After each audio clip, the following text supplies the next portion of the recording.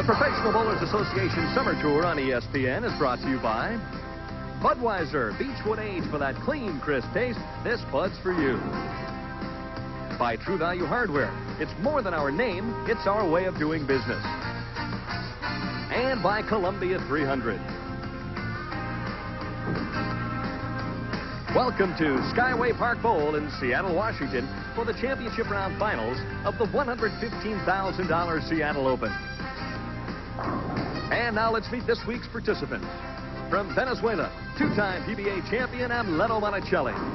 His opponent in the opening game is a tall, strapping right-hander out of Tampa, Florida, 26-year-old Tom Kreitz. Qualifying in the number 3 position, he just loves bowling on ESPN Summer Tour, 5-time winner Dave Husted. Starting from the number 2 position, the last player to win back-to-back PBA championships, Randy Pedersen. And on top of the standings after 42 grueling games this week, making his first ever appearance in the top seed position, it's 25-year-old George Branham III. Hi, everybody. I'm Denny Schreiner, and welcome to Seattle, Washington. And in his 27 years as the National Tournament Director, Harry Golden told me last night he's never seen a position round game that was as exciting as they had here last night in the Emerald City. Now, one player who always was involved in tight matches is PBA Hall of Famer Mike Durbin. Mike, last night in Seattle, it was wild. It certainly was, Dan. Going into the final game, our position round, only 41 pins separated first place all the way down to 5th place. So literally any of our top 5 players could have been our tournament leader. As it turned out, George Branham III was the leader going in, and he's our leader tonight. Many times when we get to the championship round, Mike and I will tell you that any of the 5 players has a pretty good chance of winning the championship. But tonight, with 5 multiple champions on the telecast, I guess that's true. I think it is, Danny. These are the 80s regime, the bowlers we're going to be seeing on telecast for the next 10 years. The average age is 26.2. The old man of the telecast is Dave Husted. I can remember when he started. George Branham III has been brilliant on national television. He won his first 8 consecutive matches and, of course, 2 titles in between there. He finally lost to Mark Roth, but this evening, Mike, he will bowl from the top seed position. It's a whole different strategy and psychology, and how do you think he'll do this evening? Well, I think he'll do fine, but it is a different strategy. When you're coming up from down in 3rd, 4th, 5th, you can get some momentum going. When you're the tournament leader, you got to come out throwing strikes right away. We'll see if George can do that. Only 41 pins separated these 5 players from leading this tournament last night, so it should be exciting. Opening match coming up next between Tom Kreitz and Venezuela's Amleto Monacelli. No matter what size painting project you're planning, you can count on True Test paint from True Value Hardware stores. During True Test Anniversary Paint Days, protect the woods you live in with Woodsman Clear Wood Preservative and Sealer, just $9.48 a gallon. Add durable color with solid color latex stain, only $10.98 a gallon. Or highlight the texture with semi-transparent or solid color oil stain and wood preservative, each just $11.98 a gallon at participating True Value Hardware stores and home centers.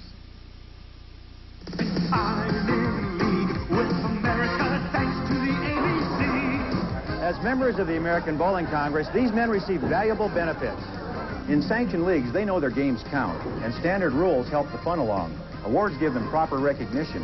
They get their shot at national competition, and they're helping our country's Team USA. When these members go bowling, they know being organized is more fun. Get in league with America. Join the ABC. Are you still using this kind of drill? Then why use this kind of screwdriver? Now there's Torque Driver. There's no power screwdriver like it. The patented clutch measures out extra power when you need it. It's so powerful it can drive home this 4-inch giant in 2.5 seconds. Yet you can use it on the most delicate veneer. Use it for large screws or small screws, slotted screws or Phillips screws. And it removes screws just as easily. There's more. You also get this amazing adapter that turns any socket set into a power wrench. It even removes frozen nuts in seconds. Plus, you get Total Tool that cuts glass and carpet, sharpens knives, and strips wire. It'll last for years. It's all yours for only $19.95. Order now. Have your credit card ready and call toll-free. 1-800-554-9000. That's 1-800-554-9000. Or send $19.95 plus $4 for shipping to Torque Driver. P.O. Box 121, Plainville, Connecticut, 06062.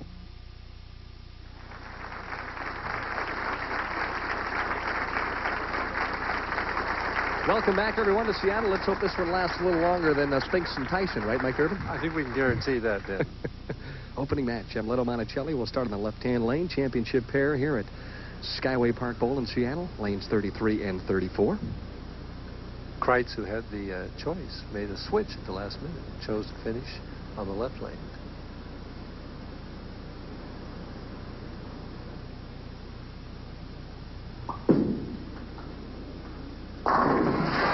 Someone had a premonition. They were clapping as soon as he let the ball go. Amleto, his ball is so pretty to watch. You sit behind it, as I did in the position round last night, and he throws it out there, and you think it's never coming back, and it just turns left. First good look at Tom Kreitz, 26-year-old out of Tampa, Florida. Nice four-step delivery, soft speed. A lot of turn. Too much turn, and then you got 4. That is the 3, 4, 6, 7, 9, 10. Sounds like a lottery number. We ought to try that one, huh? Oh, my goodness. Thomas Kreitz, did you see that opening shot? Looked like he was a little soft with it, and boy, did he pay dearly. Well, he's soft anyway. It'd be interesting to see him how he tries to convert this from the left. He's got a chance. Wow, he got 8 out. 2 more balls, and he might get them all. I'll tell you. Holy mackerel, what a way to start. So Kreitz, with a 3, 4, 6, 7, 9, 10, ends up with 8 in the first frame. And that's enough to shake your spirits. Well, actually, Dan, it's better to do it in the first frame than later on, because he wasn't working on 2 or 3 strikes where he got 4 in a count. I mean, he hit the head pin and get 4. That doesn't happen too often. Kreitz opts for a re-rack here on the left-hand lane. First re-rack of the championship round.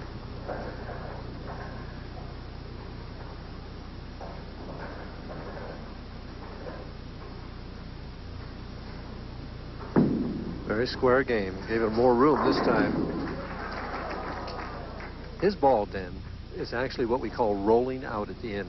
The ball's going down the lane, making a turn from right to left into the 1-3 pocket, and just as before it enters the 1-3, the ball's straightening out because it's all rolled out. So in other words, he's not trying to do that. No, he's not trying. It's just his slow speed, and the lanes are dry.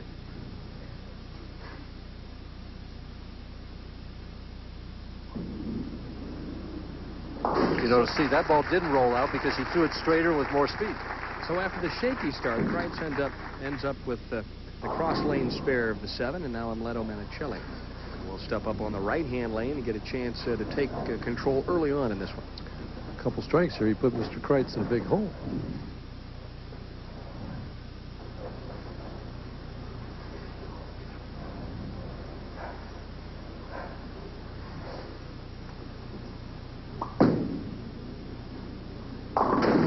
Same hit that Kreitz had, only he wound up getting 6 instead of 4, but the identical hit leaves the 3, 4, 6, 7. These leaves are getting wild, Dan. I've got to know my pins here. Looks like some serious dental work here on lanes 34. We watch it as the ball hooks quickly right to the heart of the pins, chops the head pin off the 3, and takes the 2 right off the 4. He has to hit the 3 pin on the right and slide it into the 4, 7. The ball will take out the 6. Uh-oh, none. So 6 and 6 out. Things not looking too bright to start with, then. Scoring like Australian rules football at this stage. Wow. Well, see, he had to send this out close to the channel and then hook it back because he throws such a sharp hook. And it just was an all-or-nothing shot, and right now the ball's lost and gone. He just gave it way too much room. Doesn't come back off of that gray board out there.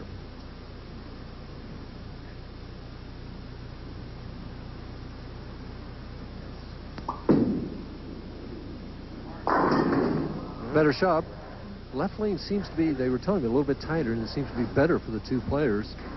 At least he got it in the pocket for a solid 10. Amleto this week with a 13 and 11 match play record.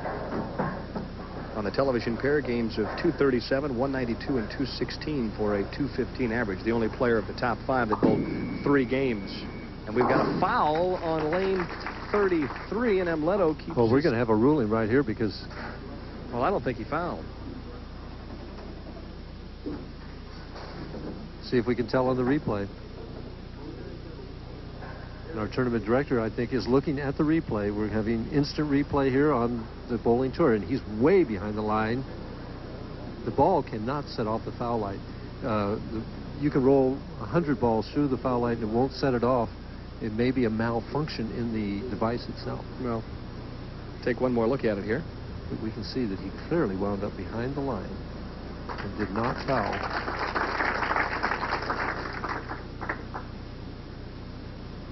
And he was given the spare. Bust the applause. Had to bother Kreitz a little bit, but Kreitz gets a break of his own, throws to Brooklyn, turns around with a wry smile and says, well, I'll take what I can get. He's saying, I'll take Brooklyn on the right lane all day long if I can, because hitting the 1-3 pocket is a little bit difficult. You can see how much room he gives this ball out to about the 7th board, and it still winds up on the Brooklyn side. The lanes are extremely dry.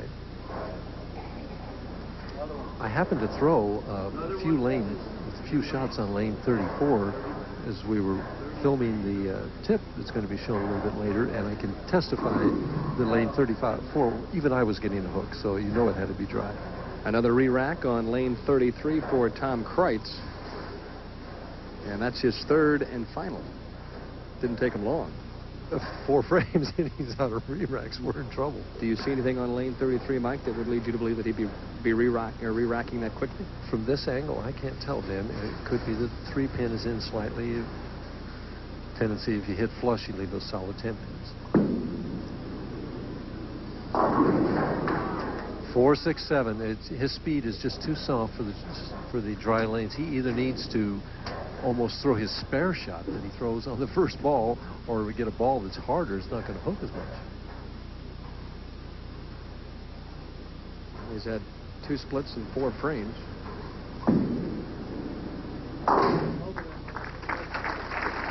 So at this point in time, it's a question of survival. Amleto Monacelli leads by 6, but as we mentioned just a moment ago, anything could happen in this first game, so stay tuned.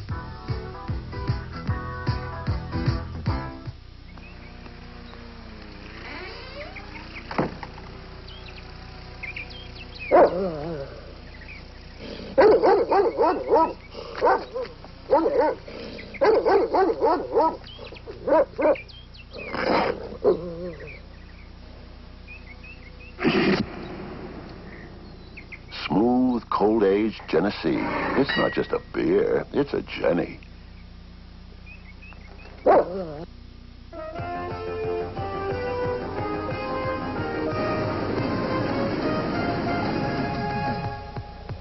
Hershey Park sounds like fun. Hershey Park sounds like fun.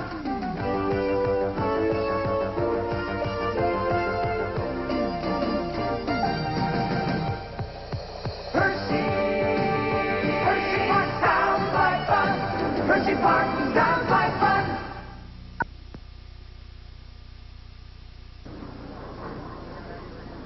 And here's a graphic look of how our 5 finalists finally arrived. Interesting that our top 2 finishers started at 88th and 60th, wound up 1-2. Amleto was consistent all the way through. Just goes to show you can start anywhere if you keep your head down and bear down. And there you see, just in the left corner of your screen, part of a beautiful trophy that will be handed to someone here this evening. And also a big check worth $16,000.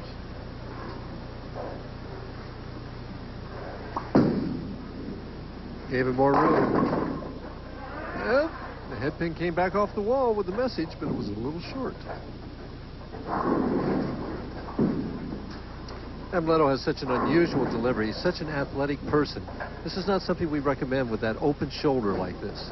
It's just so hard to be consistent as he snaps it through. And at the bottom, you see the arm is actually bent as he snaps those fingers through. Almost like the shaft of a driver when you're really making that pivot. Amleto probably works harder out here than any other bowler. He runs every day. He has an exercise regimen that he follows faithfully.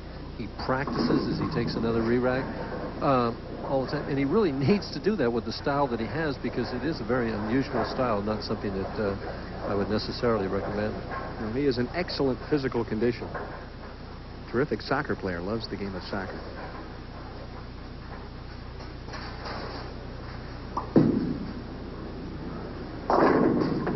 Another 10 pin. Boy, he's left him all kind of solid 10, Kind of a half 10, and now what we call the old wall shot 10.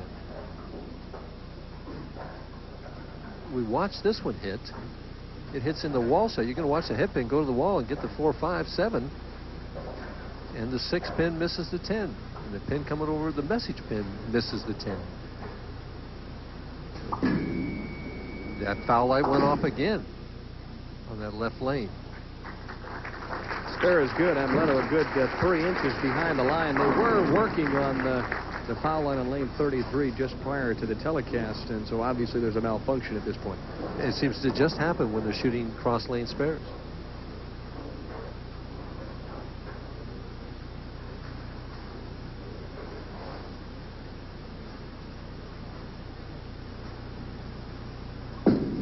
Even more room, a little more speed. Well, he's only down by 4 pins, and that could change dramatically if he strikes on the left-hand lane, which has been the better lane for him. His A game, though, is a nice soft speed, easy rolling ball, and he's got to pick up that speed and pick up the foot speed with his approach to maintain that ball speed right now. And it's a difficult adjustment to make, and see if he can do it. 3 PBA titles to his credit thus far. He's earned better than $250,000 in 6 years as a PBA member. See, he just didn't have the same speed he had on the right lane. If we had a speed gun judging his ball speed, I bet it's varying by at least 3 miles an hour on the 2 lanes. And if he just doesn't keep it up there, he doesn't have a chance.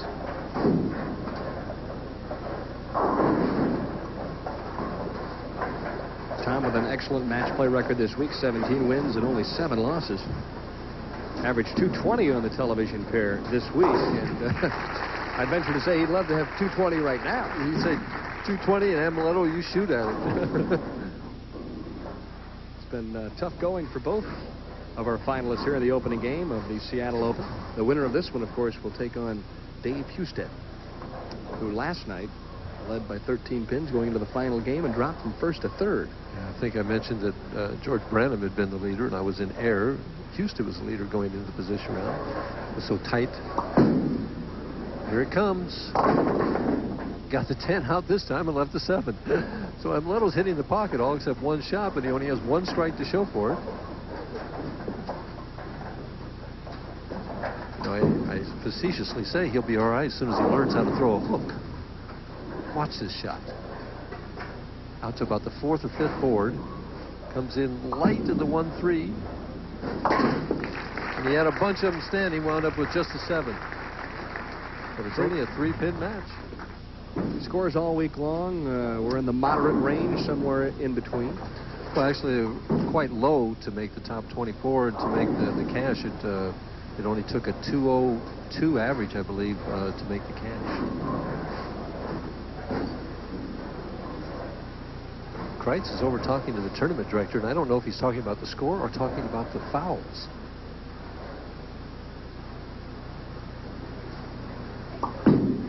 Meanwhile, back to live action. There's an excellent shot on lane 33 for Amleto Monacelli. So Monacelli with a 3-pin lead through 7 frames is not looking on to the next game. He's got plenty of work left to go.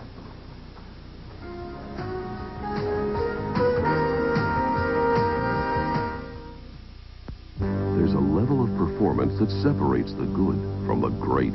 That's why Carmen Salvino designed the Ebonite Thunderbolt. The exclusive power core increases gyroscopic action for a sharper hook on heavy oil. And the Thunderbolt rolls farther before hooking, so it hits harder for less deflection and more striking power. The difference between good and great is the power of the Thunderbolt. Since you don't buy a refrigerator every day. I should have bought a Frigidaire. I finally got a Frigidaire. Ask for the one that lasts and lasts. I should have bought a Frigidaire. I finally got a Frigidaire. For the Frigidaire dealer nearest you, call 1-800-451-7007. I'll take the Frigidaire. Now. Frigidaire, here today, here tomorrow. Strike it rich with the PBA Summer Tour, live every Wednesday night. ESPN brings you the world's greatest bowlers as they compete in championship round action. ESPN lets the good times roll. Defending champion Scott Beavers leads the field at the Tucson Challenge, Wednesday night at 9:30 Eastern, live on ESPN.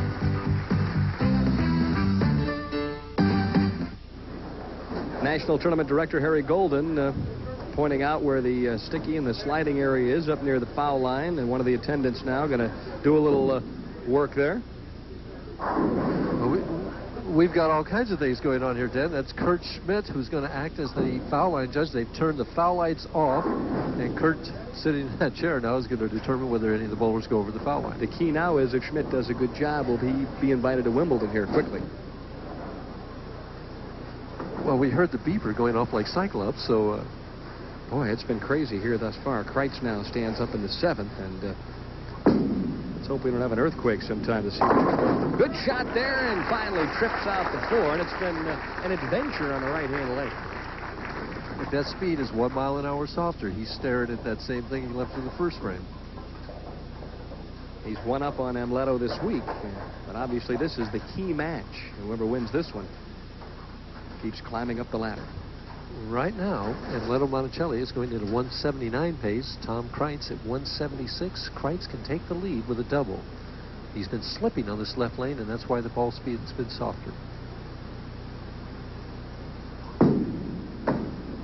Slipped again. Slipped just right. Well, you heard him stamp his foot. That wasn't the Texas two-step. He was upset with the fact that he slipped again, but this time he slipped the ball into the pocket as well. See, he's off balance a little bit. Looked down at the foul line. Must have stayed behind the foul line because our foul line judge didn't rule otherwise. Amleto can retake the lead.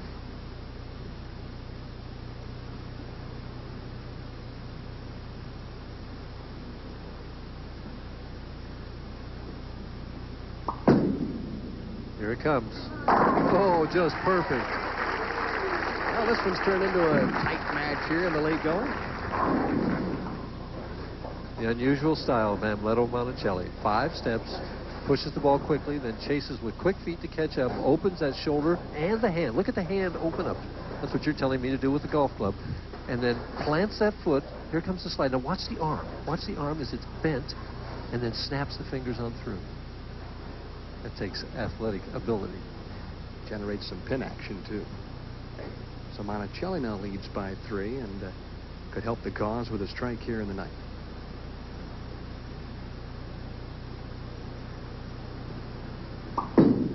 Good speed. Here it comes. Oh, ultimate penalty. Pocket 7-10 right at the most inopportune time. He's 3 pins ahead in the match. Makes a good shot. Now watch it as the ball hits the pins. The head pin goes in front of the 7 and the 5 went behind it. And the 6 did not get the 10. And here's his reaction. Not much of a reaction, really. A little pretty cool there. You got to try and bounce it out of there, flinging at that 10 pin. Awful break from Monacelli. And so he sits down in the 9th with 155. His best possible score would be 185. And while he was sitting on the bench, Tom Kreitz took an 11-pin lead. But as we can see, we've already had 4 splits between the 2 bowlers, so anything could happen in this last frame and a half. Kreitz right now has got to be thinking, keep the speed up.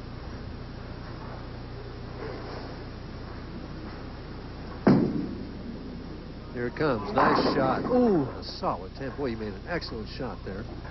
That ball got out almost to the channel and came back. Tom Kreitz's 2nd championship round appearance of 1988. He also made the finals at the Miller Lite Open in Cleveland. Finished up 3rd there.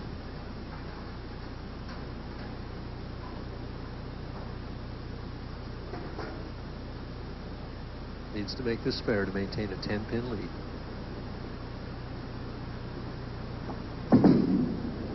Uh-oh. Ooh, just held on there. A little wry smile on his face that time. It's a match of survival here, Dan. Yeah, I think whoever makes it to the 10th frame gets out with any kind of a score, posts a score, and sits down, is going to feel pretty good about it. Actually, Amleto has not bowled that bad a game. He's had every ball in the pocket except the second frame. Right. And that bad count where he got 6 and 6 out could be a big factor.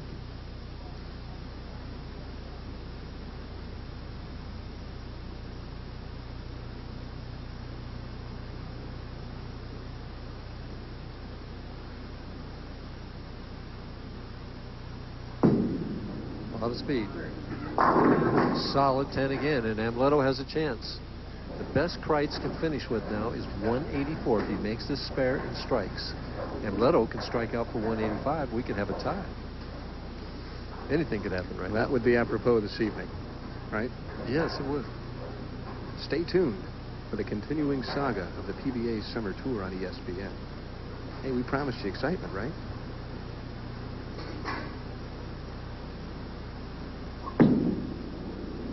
No problem with the spare.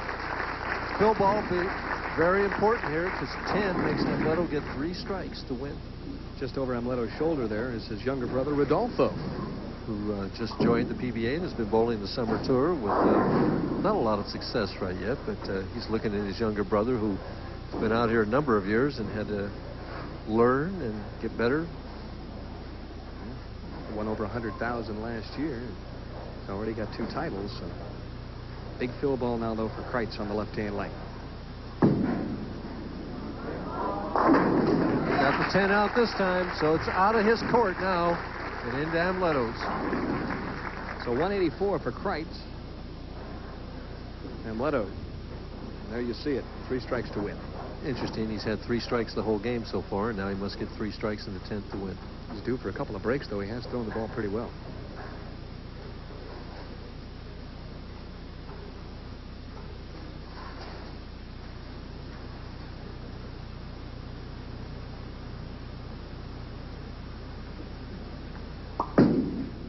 Here it comes.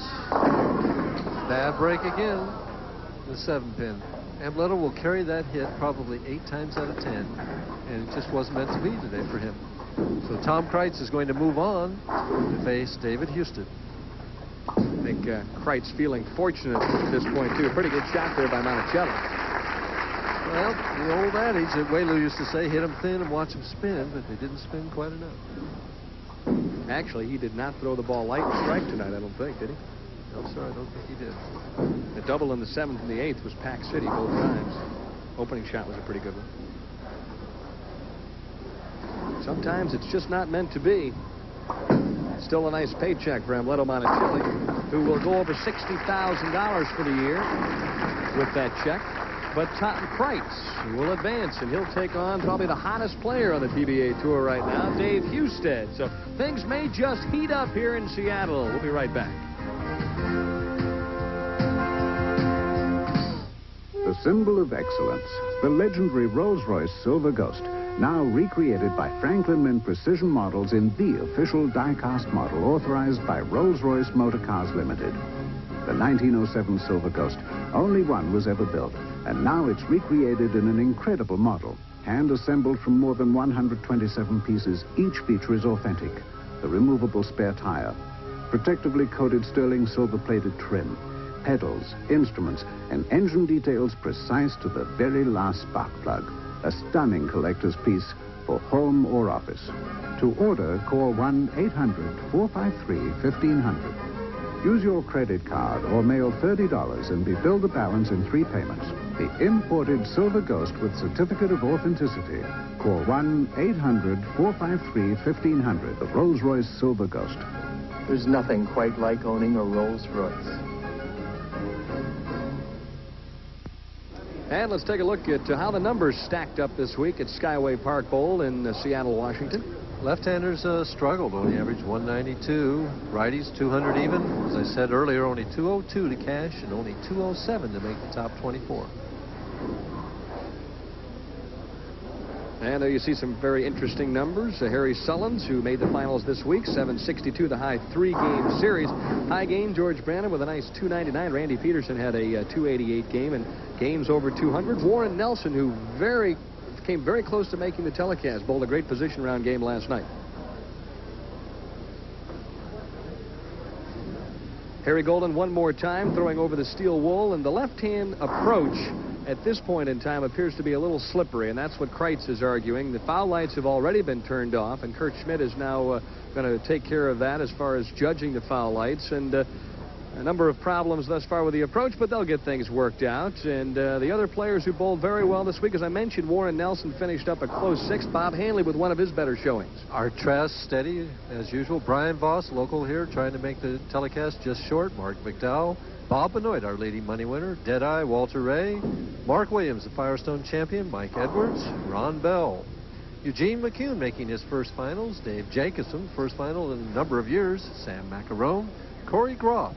Paul Renteria. Our defending champion, Parker Bone III. Harry Sullins. Michael Clark, a newcomer. And Rick Jones makes the finals every time he comes out. And if you watch tonight's telecast, you'll see all 5 players using a variety of approaches. And Mike's average builder this week, of course, features the 3, 4, and 5-step approaches. So you'll want to stay tuned and kind of tune your game into Mike.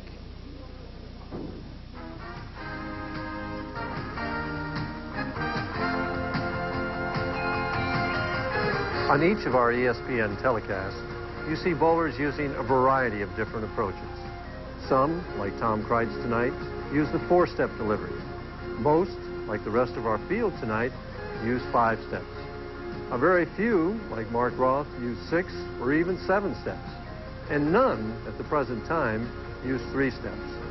The subject of our tip tonight is going to be the differences between the 4-step delivery, the 5-step, and even the 3-step approach. And we're going to start with the 4-step delivery. With 4 steps, if you're right-handed, your feet should be basically together. I recommend putting most of the weight on the opposite foot. I'm going to start with my right, so most of the weight is on my left. And if you're a left-hander, you're going to be doing just the opposite. You'll be starting with your left foot. The ball is held somewhere between my waist and shoulders. And remember when we talked about the push away a couple weeks ago? At this point, all I think about is to right hand, right heel together at the same time, and I push the ball out on that imaginary table. And that's where the ball should be on the first step. At this point, I let go of the ball with my left hand, bring it out here for balance and squareness, and gravity begins to pull that ball into a free pendulum swing. And I move right on in with my second step. Now, at the second step, the ball should be right alongside of my right leg. That's where it should be according to the textbook. I move right on into my third step, and the ball should hit the peak of my backswing, whatever my natural backswing is. Again, my left arm is out here for squareness and for balance. At this point, my eyes are on my target, and I think about a nice long slide and bending this right knee. As I bend the knee, the slide comes in underneath my chin, my eyes are on my target, and my follow-through goes straight up toward the ceiling.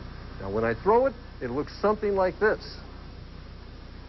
Set myself up, get my eyes on my target, and here we go.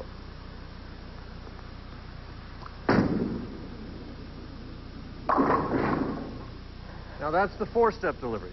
Let's look at 5 and see what the difference is with 5. Now with 5, I'm going to move back on the approach just a little bit. And I'm going to be starting with the opposite foot. I'm going to be starting with my left foot if I'm right-handed, with my right foot if I'm left-handed. I like to put my left foot just a little bit in front of my right when I'm using 5 steps. Again, the ball is held somewhere between the waist and shoulders, somewhere for comfort zone in here. And what I think now is just stepping with the left foot right out here, but I don't move the ball. That's all it is. If I were going to take 6 steps, I would take 2 steps and not move the ball. But I just take 1 step without moving the ball. From here, the same fundamentals of the 4-step delivery apply. I push out. There's in the second step where the ball should be. Again, I let go with the left hand. Gravity takes over. The ball goes along my right leg. I go into the next to last step. The ball's at the peak of the backswing. And now I bend the knee and push the slide right on through. Eyes on target, and the follow-through goes straight toward the ceiling. And it looks like this.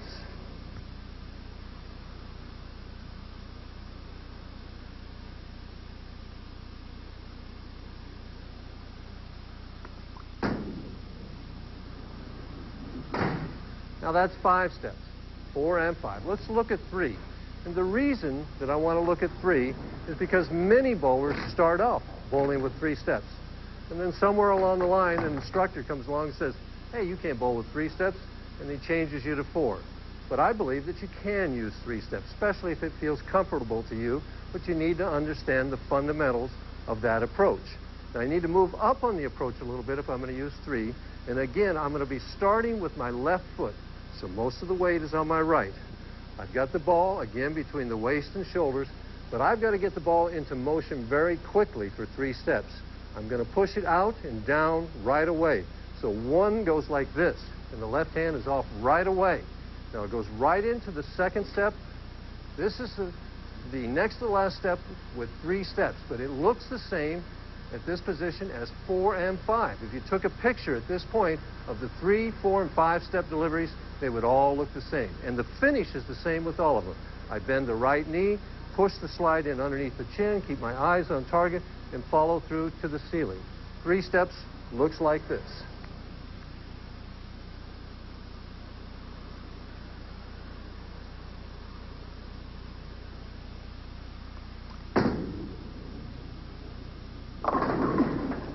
There you have the 3-step, 4-step, and 5-step deliveries. Again, I recommend the 4-step because I believe it's the easiest to learn. But if you feel more comfortable with 5, use the 5. And if you've used 3 all your life, don't let someone else change you. We'll see you again next week.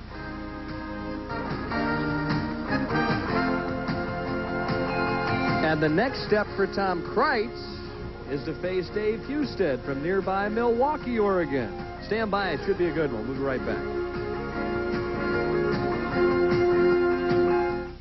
Introducing Kodacolor Gold 100. I see your true colors shining through. See your true colors shining through. Kodacolor Gold 100 gives you the most accurate colors, the truest colors of any print film. So don't be afraid to let them show. A new Kodacolor Gold. What can you expect when you invest at Schwab? Ask a Schwab customer. I'm looking for quick response and accuracy. I call Schwab and often get my market orders confirmed while I'm still on the phone. I like the fact that there's no sales pressure. For me, Schwab simply delivers good service, good value. For a free booklet, call 800-237-4400. That's 800-237-4400.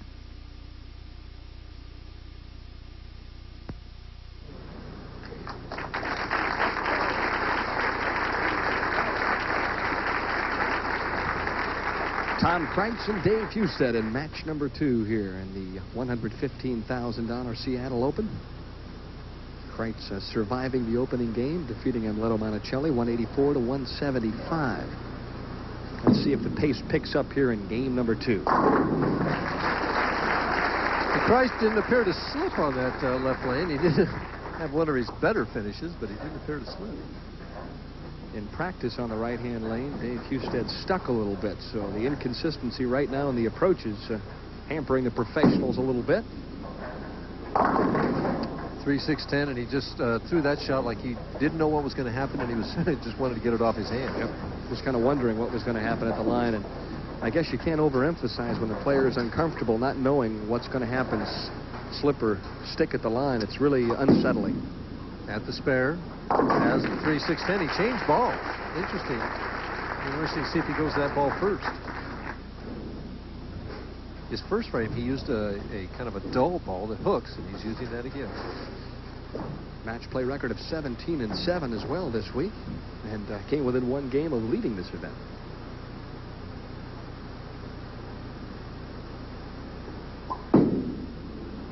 Has to hurry. Ooh, big break going to the 2-pin. Dave definitely struggled on both those shots. Just did not have a clean release on the first one, and that one he just definitely wanted to give it room and gave away too much room. I think you expressed it correctly when you said he just wanted to get through the first couple of frames without any major disasters. Do you think the players might be playing a little defensively here tonight? Well, Husted certainly threw those first 2 frames defensively. He's looking at that pin in the 10-pin channel to see if it is far enough back and out of the way. They're going to get a hook and knock it out. And the rule states that if it's in play back there where the 10-pin or 6-pin going off could touch it and affect the pinfall, then it has to get out of there before they can make the shot. And there you see the back-end mechanic dutifully tapping away the pin, the dead wood, as they say.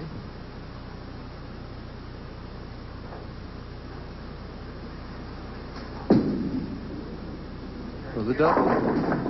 Boy, the 7 was up there for a second, too. Only the 10-pin. Strikes are tough to come by tonight. Kreitz with a PBA National Championship to his credit. Plus a Touring Players Championship to his credit. The man can bowl in the big tournaments.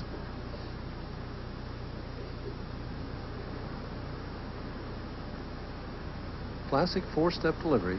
Free swing. Cross lane at the 10-pin. No trouble.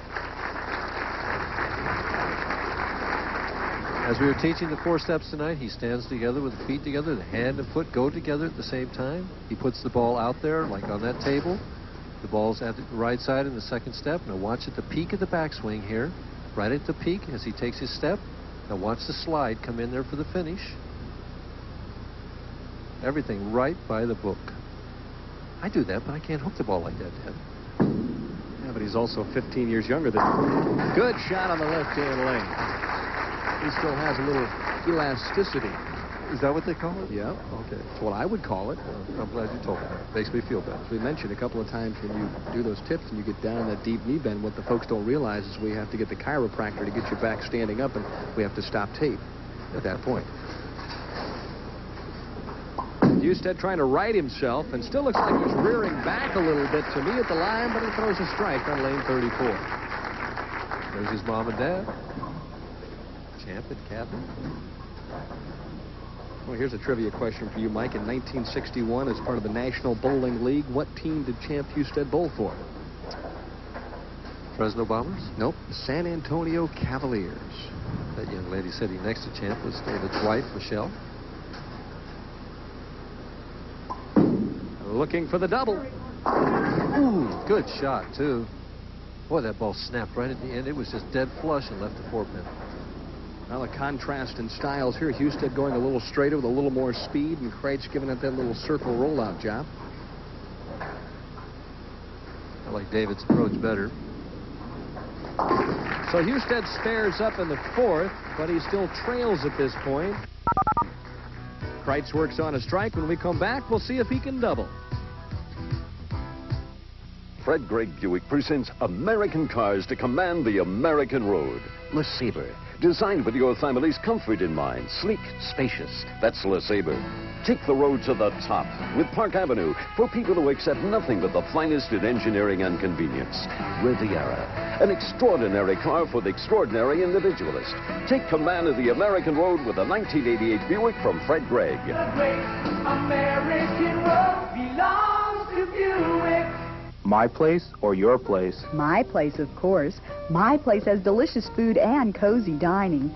Fresh homemade pizza with a variety of toppings oozing with mozzarella. Hot and cold subs, spaghetti, rigatoni, stromboli. And my place has specials like mouth-watering manicotti and fresh veal parmesan. Plus, you can eat and relax in the dining room, or my place has takeout available with a convenient drive-through window. Let's go. Where? My place, of course, with 5 convenient locations.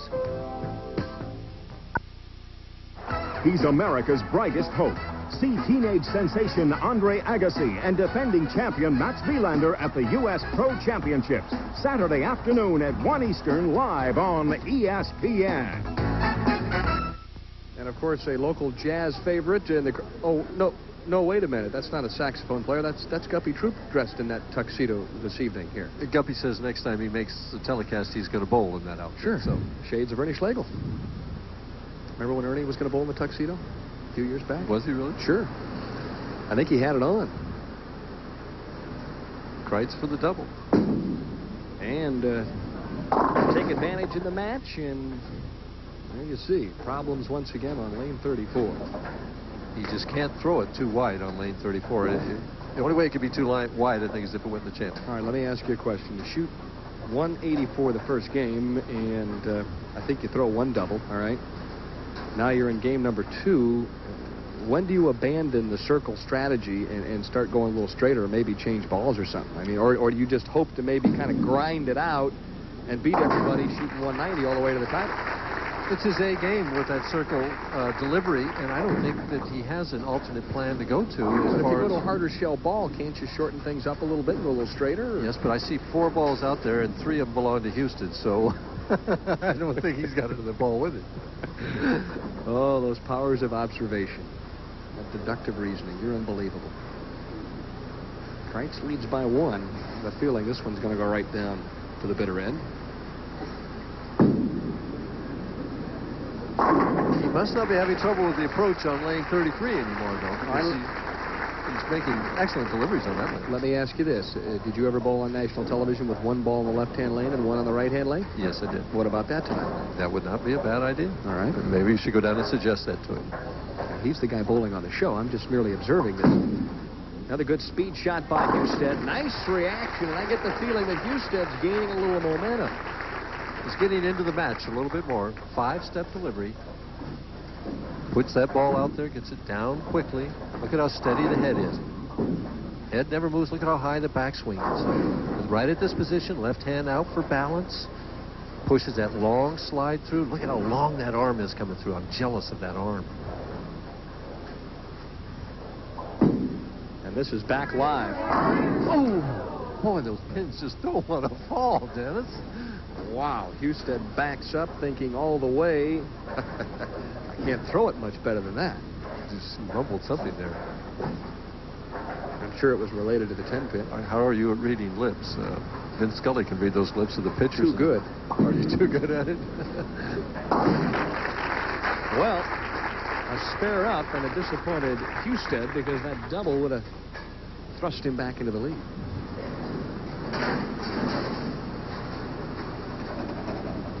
Well, Kreitz in a position to take command of this match now, too, if he can double on lane 34. So right now, Husted's got 34 and Kreitz has got 33.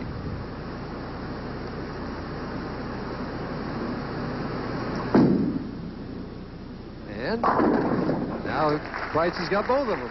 You know, it never ceases to amaze me. I asked Tom right before the telecast, which lane's hooking more? He said, the left-hand lane's hooking more for me. And then I asked Dave Husted, Dave, what do you feel about the pair? He said, well, the right-hand lane's hooking a little more for me. It's all in your perception, huh? It's all in your ball reaction, Dennis. Yeah, that's true.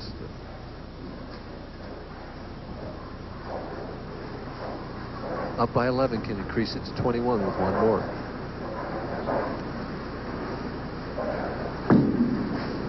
Here it comes. Perfect. Beautiful shot. Well, he's falling into dead stride right now, and so Kreitz leads by 21. It'll be up to Husted to come back and double in the 7th and the 8th. We'll be right back. Introducing Mini-Vac, the amazing miniature cleaning system designed to take on hundreds of chores no ordinary tools can handle. Mini-Vac cleans away dust from camera lenses, computer keyboards, figurines, or stereo equipment. Mini-Vac's powerful motor vacuums away dust and dirt. It comes with 2 wand attachments, 2 ultra-soft brush nozzles, and a reusable vacuum bag. Keep one in the car for cleaning along the dash, steering column, stereo, ashtrays, and seats. Mini-Vac is perfect for removing dust and debris from pictures, models, and those impossible-to-reach crevices. In this special television offer, you get Mini-Vac with all 5 attachments, plus convenient storage case for only $19.95. Here's how to order. Credit card and COD customers call toll-free 1-800-544-1000 or save COD fees by sending $19.95 plus $3 shipping and handling to Mini-Vac, P.O. Box 121, Plainville, Connecticut, or call 1-800-544-1000. At stake this week out in the Great Northwest, a beautiful check for $16,000 and that silver trophy as well. And the loser of this match is going to go home with $5,000. Sure, he wants to take home more, though.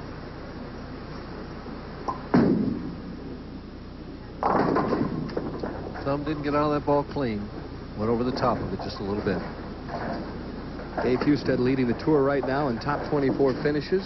He has made 13 finals thus far this year. He's leading in cashes and he's leading in points, and he's $70,000 behind the leading money winner. So he's got to be. Being steady doesn't necessarily mean you're winning the most money. No, but sooner or later, you keep knocking on that door, and somebody's going to unlatch it for you, and you're going to walk right through. Boy, he had a brilliant summer in '86. Remember that? It's been 2 years since he's won. Trails by 24 with time running out here in the 8th.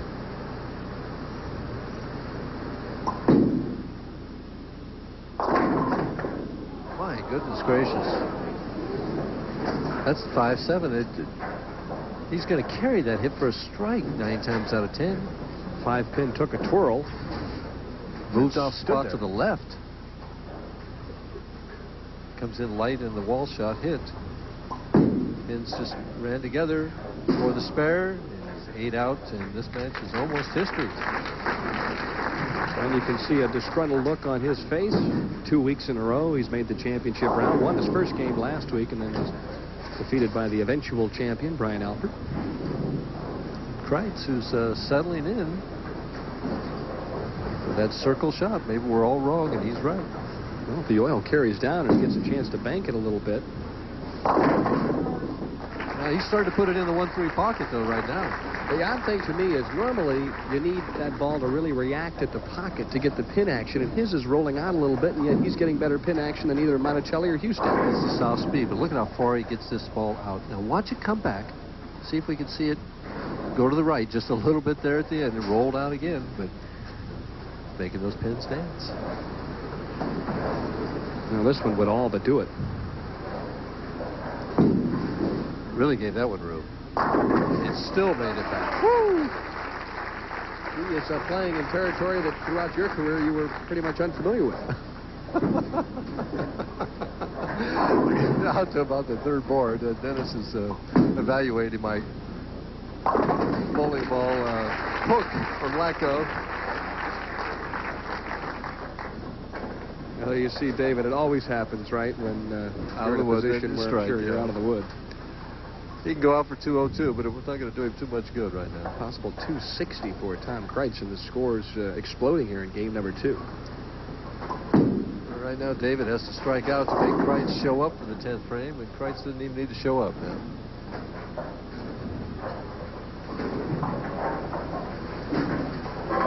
It's into the experience bag for Husted. Just another disappointing finish in the tournament. Finishes 4th and beats 156 other guys here, but I know that he wanted more. He's been such a great player throughout his career, and of course here in the great Northwest, he lives in Milwaukee, Oregon. It's only a 3-hour drive, and many of his friends and family up to watch the match here this evening, but they're going to have to go home disappointed. Nevertheless, another solid week for Dave Husted, and if you keep getting to the championship round, sooner or later, good things are going to happen for you. Shows you how tough the competition is out here, though, Dan, because last night with 1 game to go, he's leading the tournament. He winds up 4th. It's just, you've got to be on top of your game and then carry and have some breaks all the time.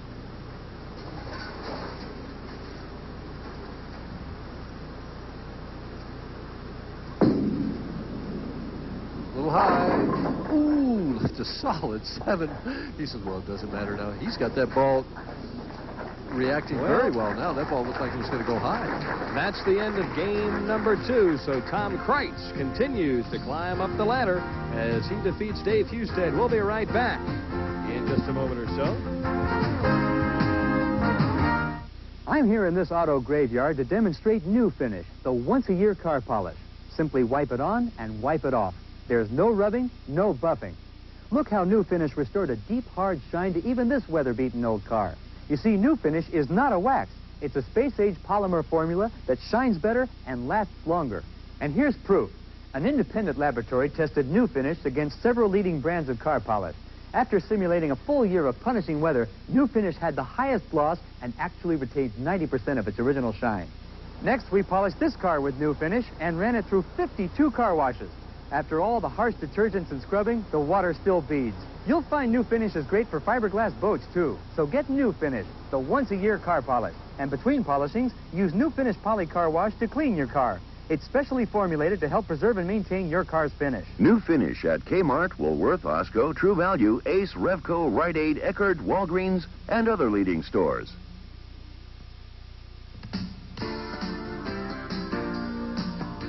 20-year-old Jackie Sellers has been voted Collegiate Bowler of the Year by the Bowling Writers Association of America for the past 2 years.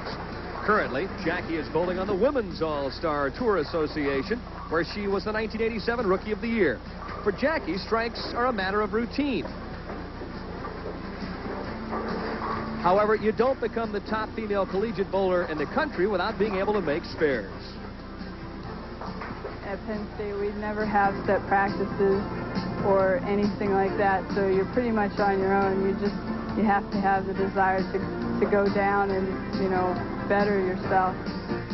She has helped Penn State to numerous national collegiate bowling championships over the past 3 years. Third place for the women, Penn State, Pennsylvania.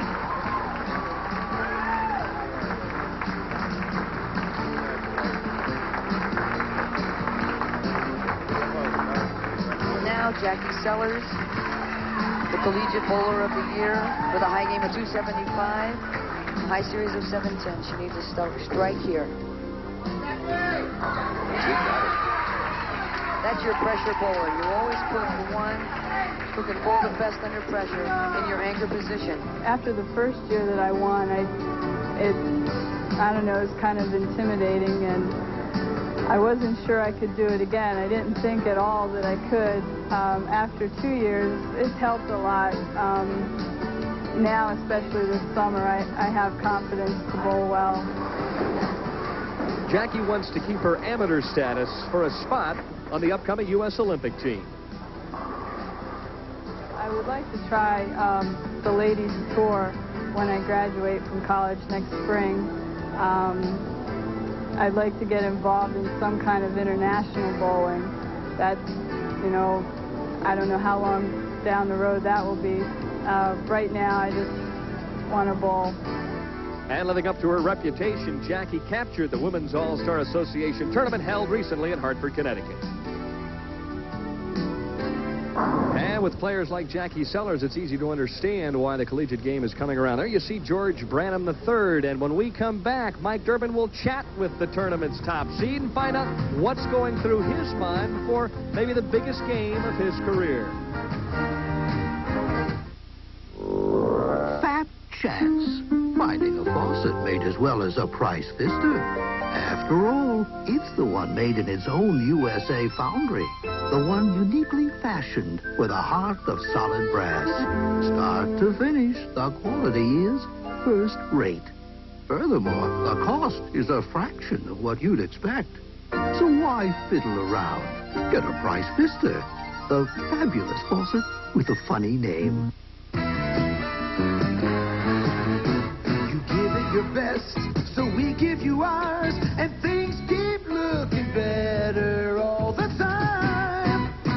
Lose sight, it's a science and an art. You get great color from the start. Lose sight when it's coming from the heart. It's the science and the art of painting. Give it your best. Give it Lucite.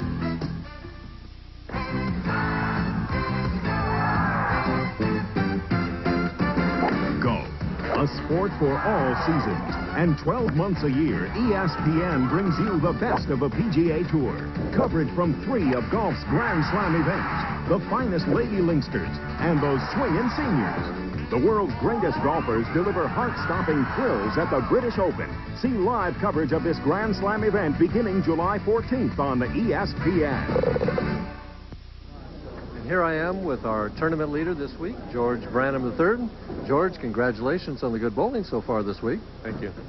You know, you were 8-0 on television before Mark Roth bowled 299 at you and snapped you off. Right. What do? Do you do anything special to get up for television? I think my first experience on TV, I think the first couple experiences on TV, if you bowl well, I think you have more confidence when you come on a TV show. And that's the way it was with you? Yeah, that's what it was for me. Are you confident for tonight? Pretty confident. You won twice already out here. You've got a good, solid game. You've thrown a live ball, yet you're still not an exempt player. Is there any reason why you haven't done better?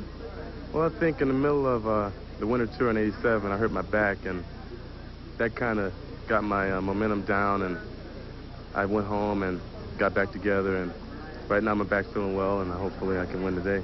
So you're all ready physically today? I'm ready. Okay, one more question. A lot of players, when they come out on tour, set a goal of winning a tournament. Obviously, that must have been one of your goals. You've done that twice already. Have you reevaluated your goals now?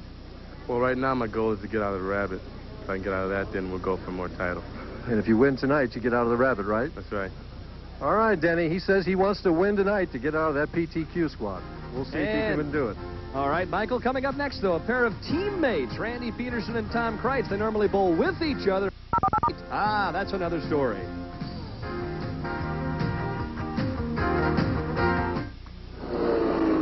If you've been waiting for the right boat to come along, now's the time to see your Mariner dealer.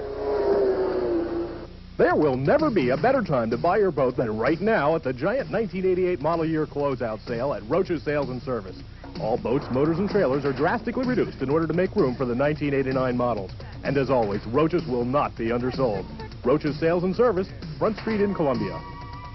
Get your weekend off the ground. See your Mariner dealer. Fred Gregg Buick introduces an all-new automotive standard. Under the hood, a fuel-injected 2.8-liter V6 with solid-state ignition. Standard. With four-wheel independent suspension and four-wheel power disc brakes. Standard. And luxury that surrounds you with total comfort. All standard. All starting at under $13,000. It's the all-new Buick Regal. Take command of the American road with the 1988 Regal from Fred Gregg. The great American road belongs to Buick. For fresh-picked flavor year-round, stop by the Canner's Corner at True Value Hardware Stores, where you'll find Miro accessories for your home canning projects. A Miro 12-quart pressure canner with removable rack holds 7 1-quart or 10 1-pint jars, and it's just $46.95. You get their jar lifter for $2.99, a steel food mill for $12.99, and a 5-quart colander for only $4.99 at participating True Value Hardware Stores and home centers. Opportunity can't knock unless it's on your doorstep. Subscribe to the Wall Street Journal. Call 800-372-3000 for this great journal subscription offer. 13 weeks for just $29.75 with a money-back guarantee. 13 weeks, $29.75. Phone 800-372-3000 now for the Wall Street Journal. And we're back at Skyway Park Bowl in Seattle, Washington. The next player in line, Randy Pedersen, and he is yet to finish up his practice shots here on lanes 33 and 34. Randy, one of the young tigers on our tour. He looks to me just like my son, only he's about 4 inches taller. But the face is just so similar, I can hardly believe it. And he's not bashful. No, and neither is my son. No. Randy Pedersen, very animated, emotional, volatile type of a player. If he gets it going, he can beat just about anybody. And he is now conferring with National Tournament Director Harry Golden and deciding which way he's going to head in this match. And he's going to start, and he will start on the left-hand lane. Interesting. He's going to let Kreitz finish on that left lane that he's been hitting so well. I mentioned as we headed into that last break that Tom Kreitz and Randy Pedersen are teammates. They bowl the doubles together, so this has got to be an unusual match for them. And if Randy Pedersen should make it out of this match, he bowled the regional doubles with George Branham III.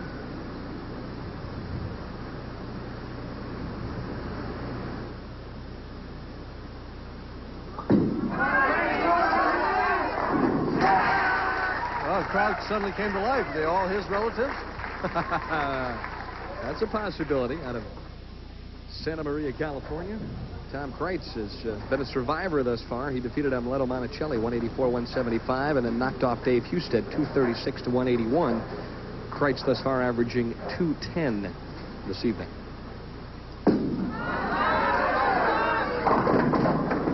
Hasn't had an opponent shoot 200 at him yet, though, so we'll see what happens if Pedersen gets a few strikes at him.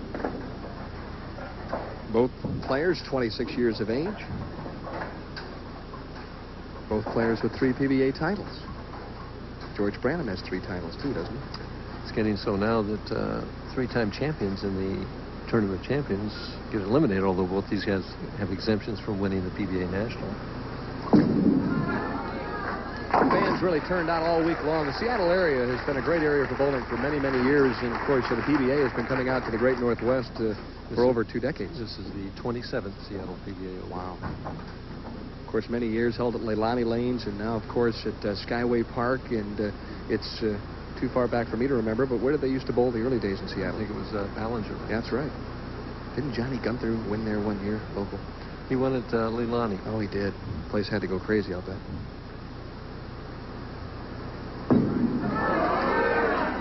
Wright's back on that left lane that he likes so well. Well, if he could stay there all night, he would probably wish to do so. Re-rack on lane 34 for Pedersen.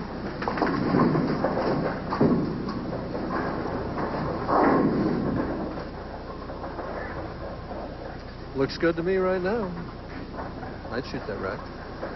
Yeah, but your eyes aren't as good as theirs. When you used to bowl for a living.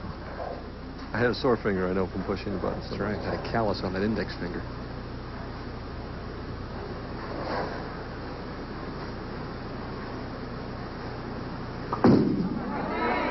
For the double. And the right lane hooking early again. He got it wide in a hurry. Didn't stay behind that ball all the way through it. Randy Pedersen has also captured a PBA national championship as he dips in for a little rosin or something. Got some tape. Is that what it was? Yeah, he's going to put it in, but I think he's using a different ball to shoot the spare with. Leaves the 610. You move left and go cross lane at the spare.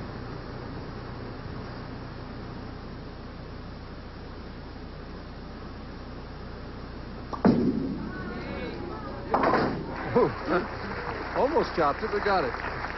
You saw the money earning thus far this year. And last year, Randy won over $100,000. Putting that piece of tape he took out in now.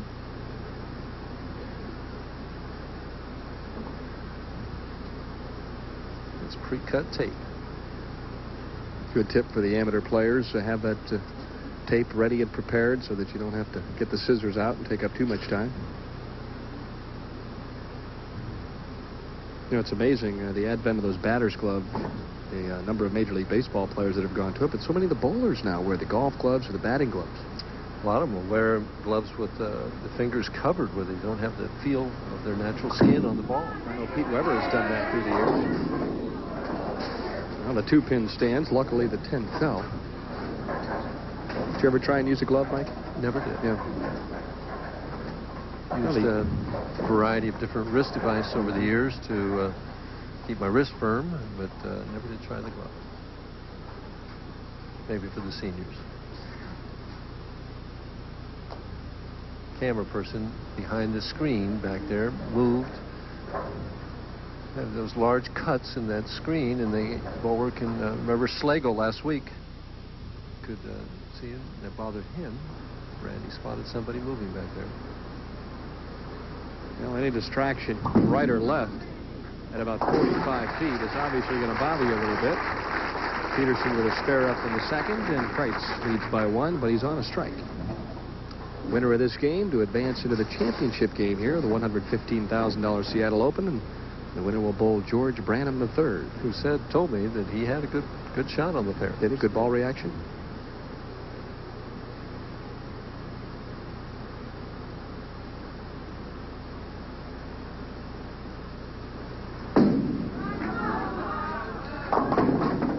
Just doesn't give it to the room on that right lane, 34. That's the trouble he's had has all been on that lane.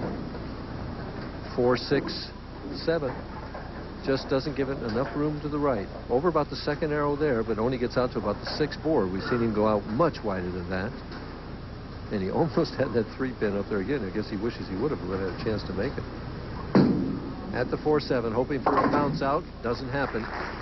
Well, instead of the opportunity to really take the lead here in the semifinal game, Kreitz now trails by 11 after the open.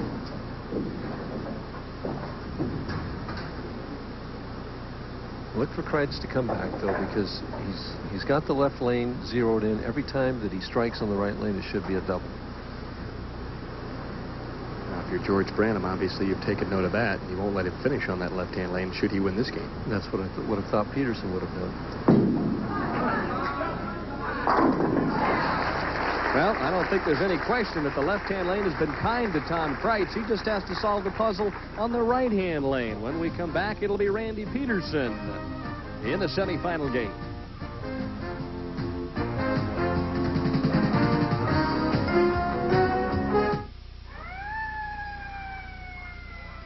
Whenever I see a scene like this, I wonder, did they have a will? As a court reporter, I know if you die without a will, the courts take over and make important decisions for you. Who gets your money, your property? Who gives away your life savings? Who will be your children's guardian? With no will, the courts decide everything, and your estate pays. Plus, if the state can't find any heirs, they keep your property. Don't worry. The Nationwide Will Plan has developed wills that are legal in all states and can be completed by you in just minutes by following very easy instructions. Call now. Only Nationwide wills offer you these special features: forms for gifts, provisions for distribution of personal items, forms for children's trusts. Call this number now and also receive this handsome folder for your legal documents. Don't let a stranger make the most important decisions of your life. Call now.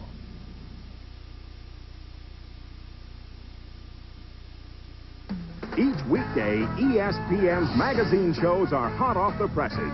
Mondays, catch the inside pitch on Major League Baseball magazine. Tuesdays, swing into the week in golf with Inside the PGA Tour. Wednesdays, keep pace with the racing world on Budweiser Thoroughbred Digest. Thursdays, stay on track for the best motorsports with ESPN Speed Week.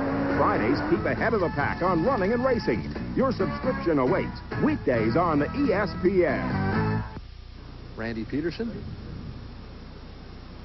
6'2", 165 pounds. Good athlete. Good golfer. Yeah. He's fishing a little bit, though, right now, Dan. He's not really zeroed in on both lanes.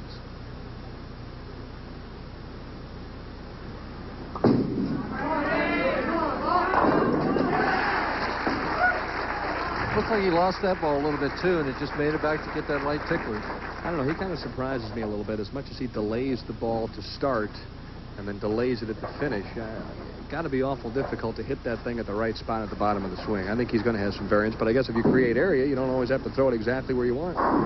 Within a board or two, huh? He's a rhythm-type player, Dan. When he gets into that feel and rhythm, he can just throw strike, strike, strike, strike, strike, but then suddenly he'll get lost. He also reminds me of Glenn Carlson a little bit with it. He's fairly upright with the long swing, and he kind of plays with the push away. Look at him. See how long he delays that?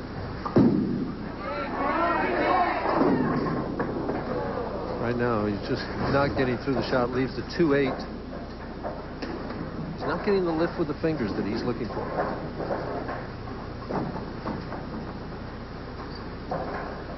Has an outstanding television match play record, 11 wins against just 5 losses. Watch him as he comes through this shot here. Stays behind that ball and rolls the wrist that we were talking through about last week, right through it. At the 2-8, excellent shot. See, it's mental, because he made the perfect shot then. It's just that he's just not comfortable on that left lane right now. He chose to finish on the right lane. Kreitz working on the strike, trails by 11. Just got to give it room on this right lane and keep the speed up.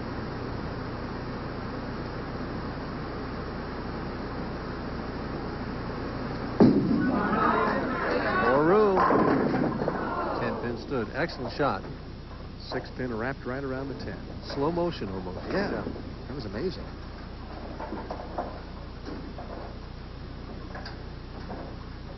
Tom Kreitz and Randy Pedersen have been a pretty good doubles pair. I wonder if they're lining up off each other right now, Mike. Huh?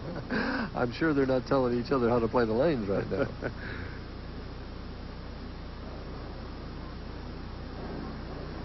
Cross lane at the 10-pin. More speed, left hook, no trouble. Now from partners to mortal enemies, right? Just opponents, not necessarily mortal enemies. Well, we really have been blessed this week with a tremendous finals field when you consider Amleto Monacelli and Dave Husted, Kreitz, Randy Pedersen, and George Branham III. 5 terrific players, all very talented. You know, all players you expect to be around for the next 10 years or so.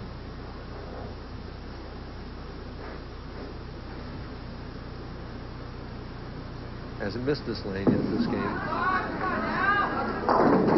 Put an end to that, didn't I? That one looked like he set a little bit short. But he's got a little bit more room on that left lane than he does the right. It holds pocket just a little bit better for him. Year-to-date average for Tom Kreitz is 214.7, and this week he averaged just a fraction better than 212. Again, the scores were lower this week. At the 4-pin, cross lane, the more speed, less hook again.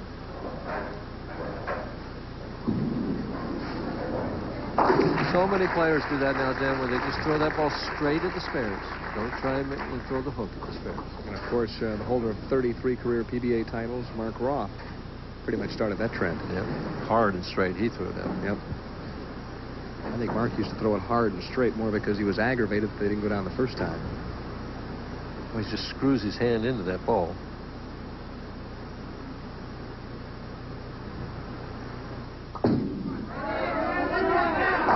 Better shot. Got that ball out of the lane a little bit. Now see if he can do it on the left lane. Looks like he's confident that the ball will come back on the right lane as we see his 5-step approach. Now watch the short push away. He holds the ball 1 count. Now just kind of drops it down. In that 2nd step. Right in time. A little early there. Now look how high the backswing gets as he hits that 3rd step. And now stiff-legged he hits that 3rd step. The long slide. Left arm out there for balance, and the hand never rotates around. Just right up the back of it. On balance at the end. That was his best shot of the game right there. Well, that is a long slide. For the double. And a 22-pin lead. Boy, he threw it well, but just a hair left of target and left the 4-9 and the 4-pin kicked out. There's not much margin for error on this pair. It hasn't been all week. And this pair has not been one of the higher scoring pairs in the establishment. At the 9-pin, he'll move left and throw it pretty straight at the 9-pin. Now all 5 players that made the telecast this evening composite averaged 212.8 on lanes 33 and 34. Cross lane spare attempt is successful. So for Randy Pedersen, it's a 12-pin lead, and we'll be back with the conclusion of the semifinal game in Seattle right after these messages. 27 years old, and his company was just purchased for $10 million. 34, and she was just made vice president of a well-known bank. 45 and sailing the Pacific for a year. You may wonder how these people do it, but they're just like you and me, sharing the same desire for success. And while there's no one formula for success, there is one magazine with information to improve your portfolio, your career, your lifestyle. With your paid subscription to Fortune, receive this investor's guide, plus this free Fortune Facts with calculator, calendar, and business planner, which is being used by this 47-year-old president of a successful medical company. Call 1-800-621-9300. Get 17 issues at almost 50% off the cover price, payable in 3 installments of just $9.97 each. That's something even highly successful people can't turn away from. 1-800-621-9300. ESPN lets the good times roll as America's top bowlers try to strike it rich. Defending champion Scott Devers leads the field at the Tucson Challenge Wednesday night, live on ESPN. Back in Seattle, Denny Schreiner along with Mike Durbin, and we're in the semifinal game, lanes 33 and 34. And for Tom Kreitz, it's crunch time. He trails by 12. Still a lot of room left. 3.5 frames left. 4 for Kreitz. This is the key lane on this lane. Gave him more room this time. Makes a good shot. Can't get the 10-pin out. I guess you're darned if you do, darned if you don't. If you give it enough room, the ball rolls out and doesn't hit hard enough. Exactly. You set it a little short, it goes through the nose. Exactly right. You make your ace shot and you leave the weak 10, and you know you're in trouble then. At least I always do that. Well, better to leave the 10 than something that stares back at you with room in between. Well, that's true, but when you're trailing by 13, if he makes this, then you can't catch up.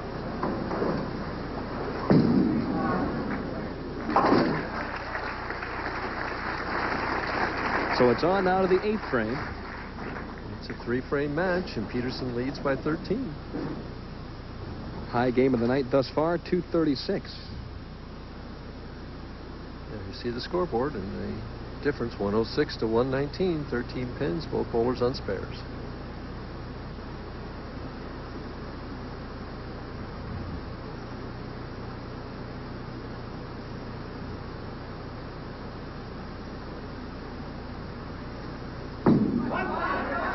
Back in there.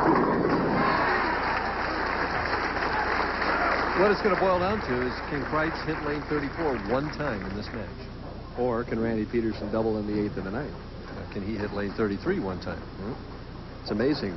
Every player that's come on here tonight has had one lane locked in. The other lane's been a mystery. One more time for the re-rack on lane 34. And we've seen more re-racks tonight than I think we've seen all summer. Matches are tight.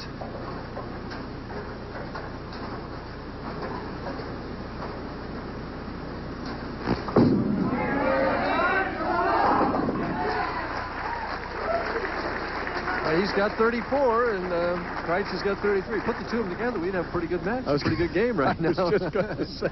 They were doubles partners. I mean, best ball doubles, huh? Oh, somebody better remind them that we're back to the new format where you bowl the whole game yourself. We're making jokes up here. These two youngsters are really working hard down And you here. can see the intensity written all over Pedersen's face. If he does not strike here, then Kreitz could strike out and walk him out of the match.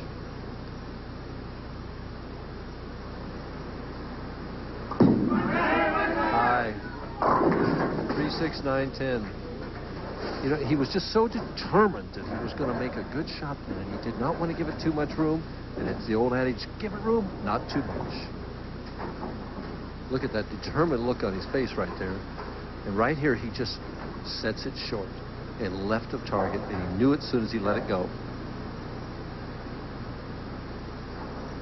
Tough spare here. It's right through the heart, 3, 6, 9, 10. See if he shoots it off the strike line or from the left.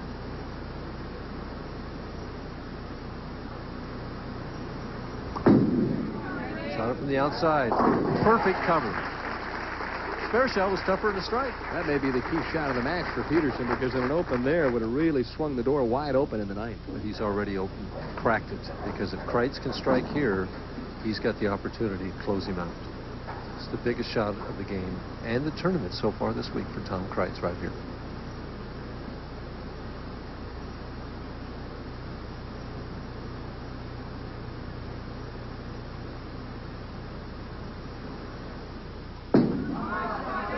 Gave it room. Oh, what a perfect shot.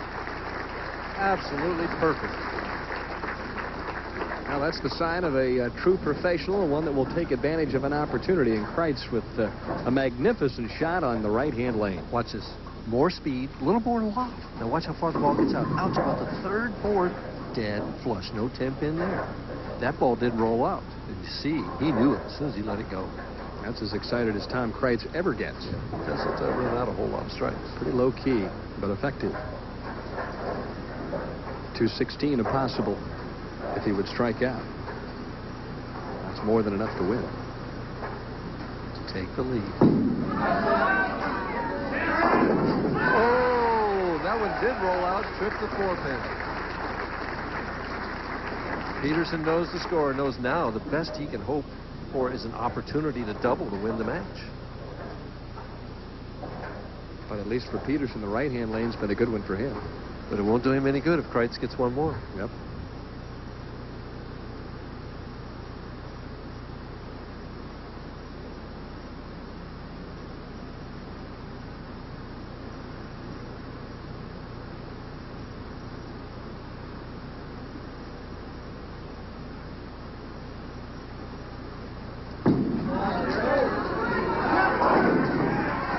Pedersen has a life. He gave it room. He certainly did not set it short and run it high. He gave it room and gave it every opportunity to come back and strike. So with a spare, it would be 205. And Pedersen's going to need 2 strikes and 7 in order to win the match. And he has to feel as if that's a reprieve at this stage. Absolutely. That's exactly what I would be thinking. Now I have an opportunity to win the match and to go on. And I'm finishing on a lane that I've struck on 3 consecutive times. Takes his time getting up. 3 racks. Don't forget, At the conclusion of tonight's championship round, Sports Center. John Saunders and Larry Burnett back in Bristol. All the latest baseball scores. Interesting, Randy looked at the rack after he came back down, but it doesn't make any difference. He's used his 3. Here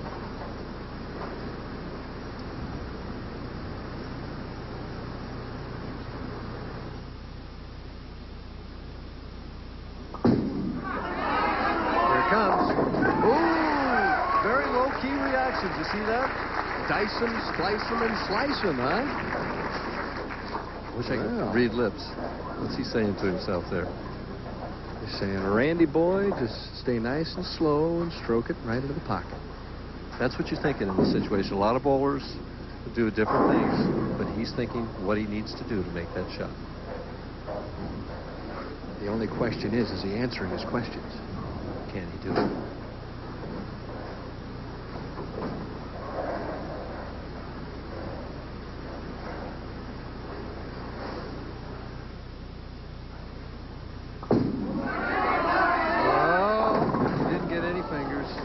Slipped or something at that foul line. Looks over. Well, gives himself a little round of applause. The fans react to it, but not what Randy Pedersen wanted. Rushed that 3rd step or 4th step into follow through, went left. Just didn't get the lift on that ball. Left the bucket. Again, the determined look on the face. He loses it right there and knows it immediately. Head goes down. And so Randy Pedersen is eliminated. He'll finish up 3rd. And that man right there, Tom Kreitz, advances to the championship game against George Branham III. But before all that happens, we'll take a look at the latest in bowling news.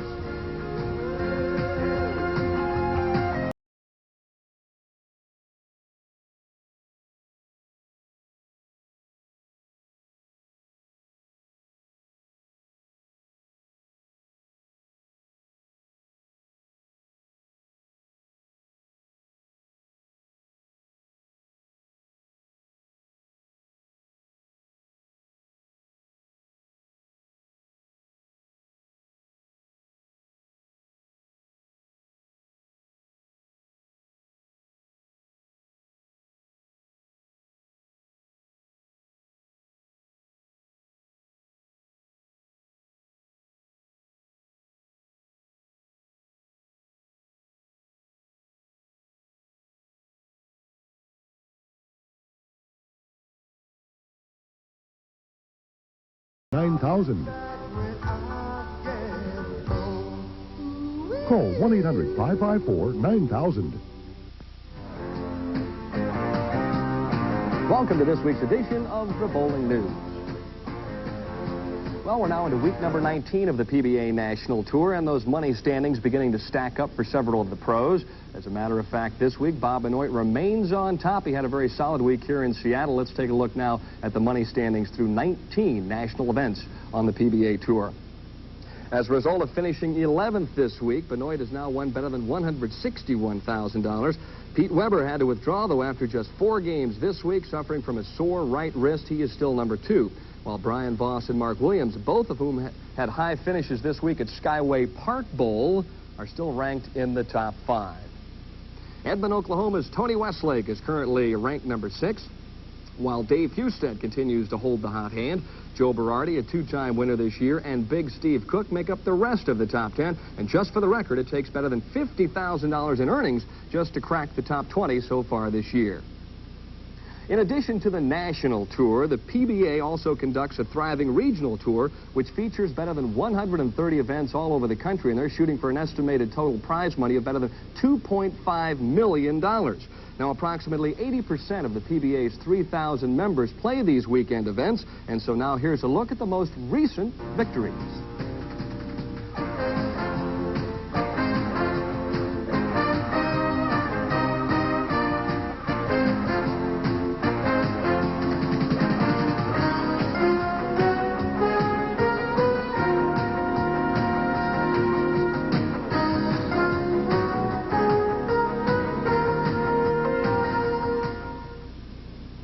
And congratulations to all those PBA regional winners. Keep up the good work. Each year, special awards are given to men and women who post the highest scores in ABC and WIBC sanctioned events. As the current season now reaches its conclusion on July 31st, here's a look at some of the top scorers throughout the nation. Averaging nearly 248 per game, Pro Bowl in Lansing, Michigan leads the way in the five-man team series, while representing the ladies' upper echelon is a talented team from St. Louis, Custom Decorators, who knocked down almost 228 pins a game. And looking for the top award in the five-man team game chase is Sunset Bowl with a one-game total of 1382, which, if memory and calculator serves me correctly, is a whopping 276.4 per game. On the women's side of the scoreboard, Chamberlain Wholesale out of the Motor City is tops at this point with a terrific game of 1244. Out of the Keystone State, Myron Brown wasn't far from perfection with his 878 series, while Richard Wallace of Baltimore is only 8 pins off the pace, and as hard as it is to comprehend, an outstanding series of 868 is only good enough right now for a tie for third. In recent years, women have surpassed the 800 series barrier in increasing numbers. As a matter of fact, 10 have already been rolled this year, with Deborah Smith out of Antioch, Tennessee, leading the way with an outstanding 832 effort. Well-known pro Nikki Giannoulias and Chris Ruddock are deadlocked for second. The 1988 version of the California Collegiate All-Star Team, as pictured here, will be heading off for Japan July 21st. Newly elected BPAA President Don Hillman, who helps put this program together each year, has been instrumental in developing talented junior bowlers for more than 2 decades. This year's team consists of Leslie Bozick, Polly Hale, Heather Lieberman, and also Linda Norrie, and of course representing the men, Camp Goodlett, Darren Staton, Bill Heffern, and also Bart Mills. Former touring pro Bill Spigner has just finished up sponsoring his first major event at Northbrook, Illinois. The winner was 24-year-old Don Breeden, who collected a marvelous check worth $10,000. Time now to head to Mike Durbin. Thanks, Denny. Right now, we're going to talk, Denny and I, a little bit about the championship match. Denny, what are your thoughts? Well, George Branham III, obviously bowling from the top seed position for the first time. I think he's in a good position to win tonight because Kreitz is obviously struggling a little bit. He's thrown some key strikes in the last couple of games, but his scores have not been high. We've taken a look at the average now for the 3 games. The players are averaging 195 total. Kreitz at probably about 205. So I think at this stage, if Branham shoots a decent game, he picks up title number 4. Well, I'm going to have to disagree with you. It'd only be title number 3 anyway. Well, that's right. Well, I'm going to have to disagree with you because I think Kreitz is found a way just to win. His opponents are not shooting a lot at him. In fact, no one shot 200. We've only had 2 200s, and he had them both. But he's made the big shots when he's had to make them. The key is that he can hit lane 34. If I'm George Branham III right now, I'm going to make Tom Kreitz finish on lane 34. All right, now if you're George Branham III, do you start the match first, or do you let Kreitz start? No, I let Kreitz start so that he has to finish on lane 34. Okay. Both players have obviously won championships, and there you see George getting ready here to throw a couple more practice shots. And so they've had that feeling of winning before. Now it's just a question of who executes in the clutch. And a lot of people talk about the low-scoring games and the fact that they want to see all sorts of strikes, but there's nothing wrong with 195 to 193 or the match that we had between Pedersen and Kreitz. Well, they've been low-scoring matches, but Amleto could be here if he carries that pocket 710 in the 9th frame of the first match, but they've been exciting matches because the guys have had a strike in the 10th frame. Pedersen, all he had to do was shoot 206, and he wins that last game. If he gets 2 strikes in 7, he couldn't do it. Well, there's no question. Someone will win, someone will lose, and someone will capture the $115,000 Seattle Open and take a check worth $16,000 to the next stop in Tucson. We'll be back with a championship game from Skyway Park Bowl right after this.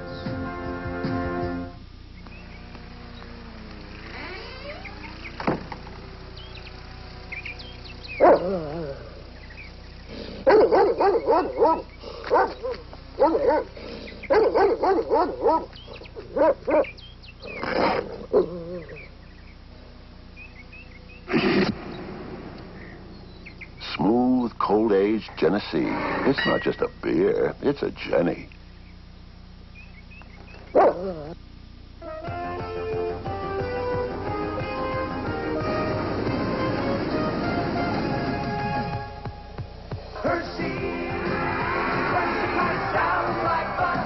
Hershey Park sounds like fun.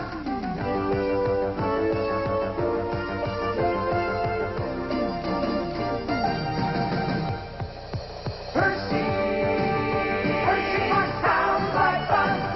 Skyway Park, sounds like fun. Introducing AmberVision, the most amazing breakthrough in vision technology since glasses were invented. These super glasses actually improve vision indoors, outdoors, day or night. We guarantee it. Look, AmberVision blocks the blurring blue rays, the same rays that cause haze and fog. Everything is so much crisper and clearer. I can't believe my own eyes. They're amazing. AmberVision blocks 100% of the dangerous ultraviolet light with UV 400, the best protection for your eyes. You'll wear these high-fashion glasses all year round, and one size fits all. Oh, I can't believe the difference. Catalogs offer similar glasses for $59.95. But now you can order AmberVision for just $10 on this special offer. Seeing is believing, so order AmberVision today. Clip-on model is also available. Credit card users call 1-800-445-4000. That's 1-800-445-4000. Or send just $10 plus $2.50 shipping to AmberVision Box 500-E, Verona, New Jersey, 07044.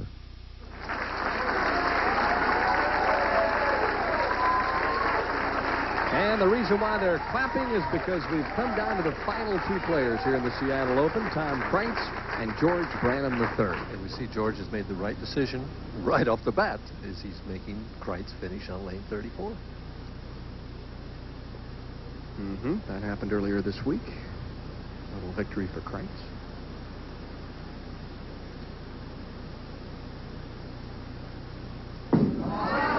Ooh, he gave that a lot of room. Oh, he came back solid. Boy. We're in Seattle, but that was Flesh City there. Wow. Well, George Branham III, in order to win the Brunswick Memorial World Open, had to spare and beat Mark Roth, so he's been in the hot seat before. But he's got the added pressure wanting to get out of that PTQ squad. Good point. It starts with a solid 7. Oh, my. The slam 7 on lane 34, and that's about as rough a break as you could ask for. Watch the 2-pin, third from the left. As the ball hits dead flush, it goes to the sideboard and misses the 7 coming back. Even in slow motion, the pins were moving fast. No trouble with a spare. Boy, oh boy, Branham with a 16-8 match play record. Average on the television pair, 203 this week. There you saw the 299. That was the high game of the tournament. He'd settle for 290 now. Low game 177. That really is very good to only have, that's your low game out of 42. Shows a lot of consistency on a tough condition.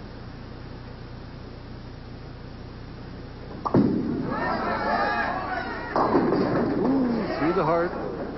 Lane 33 from the inside where Pedersen was playing it and now where Branham is playing it. It appears to have a board in there where if you get it wide of it, it hangs, and if you get it right on it, it hooks high. Appears to be a very difficult lane from where they're playing, where Kreitz is playing, circling down around that first arrow, at least down the lane. No trouble at all. Well, through 21 events this year on the national tour, the top seed has won 8 times, and the person who started the number 5 slot just twice. The number 4 participant 5 times, though, has climbed all the way up the ladder, won 4 games and the championship, and that's where Mr. Kreitz started. Well, there really, except for choosing to finish on the lane, there's no difference between 4th and 5th. 4th gets to choose which lane he wants to finish on in the first match only. So you could say the winner of the first match has won 7 championships, and the top seed only 8. Uh-oh, flirting with disaster. Oh, that ball came back out of nowhere. Well, we're going to get a look at it. Trust is a must, they say. Look at that ball. It's 10 at the arrows. Here it goes. Here it goes. Is it going in? It's on the first board. It had an inkling. And comes back to strike. Hooks 17 boards in about the last 10 feet. And he says, all right. Oh, that's taking it right to the edge. Yeah, I had a feeling that would get cut short. He had to make a mistake on the right-hand lane, Mr. Durbin, with that shot on lane 34, don't you think? It's just when you're throwing it that wide, in the last instance, you say, not too wide. Wow. Well, it's amazing when you see a player adjust after throwing a strike. which is what I think he did on the left-hand lane. I don't think so. I think he just didn't Cut it short? didn't have the courage to get it out there wide again. All right. At the 3-6-10, no trouble. But he doubles, and that's the key start to the match right now, and he leads by 8 pins. And George Branham, lane 34, owes him one. Yeah, he definitely did drill it in that first frame. He is really throwing hard and much more direct strikes. Same place the last one hit, only this one strikes. We have a little note from our scorekeeper as we take a side view of his 5-step. Look at how crouched he is. I don't remember him being quite that crouched before. What they call pre-bent knees. Head steady all the way through, though. Backswing, just a little above shoulder height. Again, the long slide. Right behind the ball. And the result was perfect. Anyway, George struck on all 6 of his practice balls. That's got to give you some confidence. Looked like he stuck a little bit there. Does he slice him up? Yes, he does. So Branham comes bolting back with a big double in the 3rd and the 4th. He's going to sit down and relax just a moment, but don't you go away, because we'll be back with the conclusion of this year's Seattle Open in just a moment. You know, hardly any of this stuff can really help me with my schoolwork. There is something you could have which would help you a lot. Do you know what that is? No, but I'm afraid you're going to tell me. Yes. It's the new Encyclopedia Britannica. Encyclopedia Britannica. Now you tell me. I've got a report due tomorrow. On what? On the exploration of space. Take a look at this. From the first beeps of Sputnik to the triumph of the Apollo moon landing. All right. Well, since this has turned out to be a Britannica commercial, I guess you're going to tell me how somebody could get a set. Actually, I thought I might, yes. And I suppose you're going to throw one of those 800 numbers up on the screen. Am I right? Might as well. And there it is. To find out how you can own the Encyclopedia Britannica, just call this toll-free number and we'll send you this free booklet telling you everything you need to know about your key to the information age. And just for previewing Britannica in your home, your family will receive this 3-volume desk reference set. So if you would be interested in owning the new Britannica... I'm thinking it over. Just call this number now. Encyclopedia Britannica. 1, 2, 3. 4. Health and fitness is that easy with ESPN's midday workout. 1. Denise Austin starts with workout and health tips. 2. Ada's basic exercises increase muscle strength and flexibility. 3. Jalad's aerobics are designed for cardiovascular fitness. 4. Corey Everson helps change and improve the shape of your body. Start your midday workout weekdays at 11 a.m. Eastern on ESPN. It's that easy. Freeze frame there. I wonder if Kreitz can be as cool as the top of that trophy. He trails by 2. He certainly has been so far. Let's see if he gives it as much room on this right lane as he did the last time. Guarantee he won't.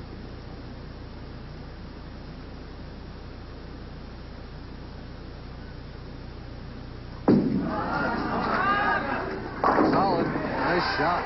That was good 4 boards left to where it was the last trip. Those were uncharted waters the last time. He was just checking out his area. Vasco da Gama couldn't have brought it back from where he was the last trip. Of course, Should I ask the inevitable question, who was Vasco da Gama? Sure, he was a bowler in Brooklyn, wasn't he? He ended up somewhere around there. No.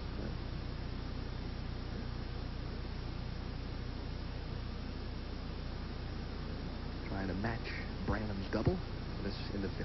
And regain the lead. Oh, he lifted that one. Oh, yeah. He lifted the nonsense out of that shot, huh? It's cool. Well, pressure swings back to Mr. Branham in frame 5. This is a good lane, though. He just drilled 2 shots on this lane.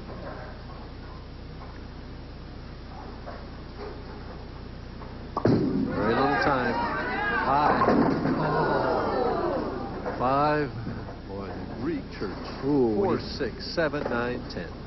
Looked like he might have gotten a little quick, huh? Yeah. He didn't take much time, and he lost it right there at the bottom. The ball hooks right now, and it's big, big trouble. Going to double bounce it, maybe shake something loose, and that's a mistake in judgment, as he only gets 1. And it cost him 4 pins. Boy, did that turn this match around in a big hurry. He went from leading 1 frame ago, and now he trails by 31. We've seen some odd things happen here on lanes 33 and 34 this evening, so Still plenty of bowling left at the halfway point, but that's a crucial mistake for Branham. Got to get back to the pocket. Sticks again. And this one high, and another break, I guess, no split. Going into 6-10. Looks like he might be just a little too keyed up, don't you think? I don't know. He is definitely charging that foul line. Yeah. He just really is quick. The lanes are hooking, and he wants to maintain that speed. But just that shot in the 5th frame had to unnerve him completely. I like his aggressiveness, but sometimes you got to harness it. Now let's see if Tom Kreitz can take full advantage. He's done so thus far this evening. He's already defeated Amleto Monacelli, Dave Husted, and Randy Pedersen. His opponents are averaging only 188. Meanwhile, Kreitz is at 208.3. And he just jumped off his chair. He's ready to throw this shot.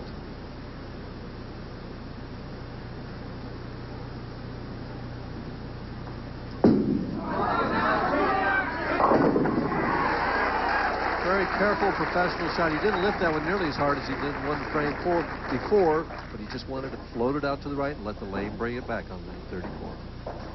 Branham checks out the scoreboard, realizing that time is of the essence for him. 41 pins. The best George can get right now if he strikes out is 226. Right now, Kreitz is going at a 227 pace if he spare strikes out. I think 226 would be enough to win.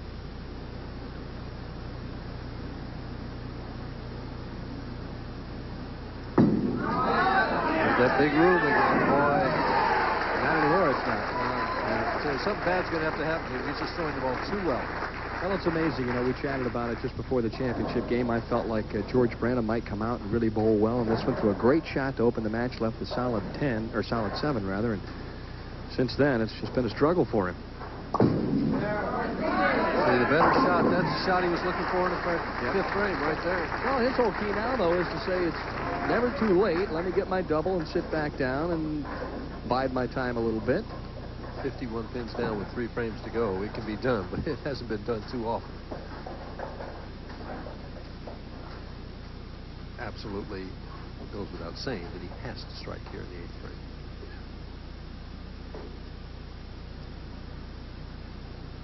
And he did. Boy, just one errant shot. Yep. How it can turn a game around. Now, if he strikes in the 5th. Yeah, he's shooting 220 if he strikes in the 5th. He's 10 pins behind if he strikes there. All right.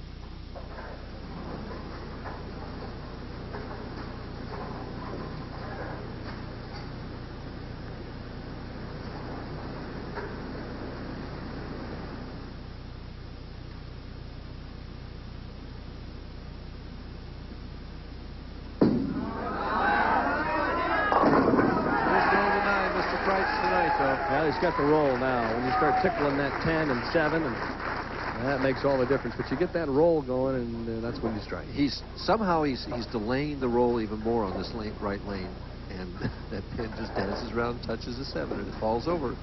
Here's his reaction. Little hip twist there. Mm-hmm. Looking for career PBA championship number 4, and he's heading in the right direction.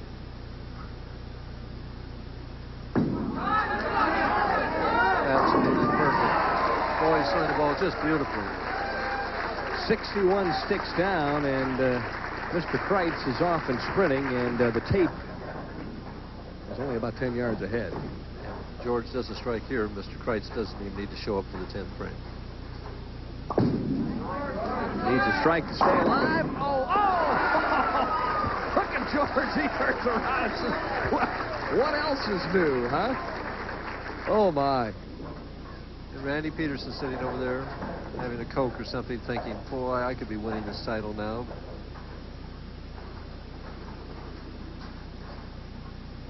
There's Tom Kreitz looking at it and looking at the score, trying to figure out what it all means. Branham trying to hang in there.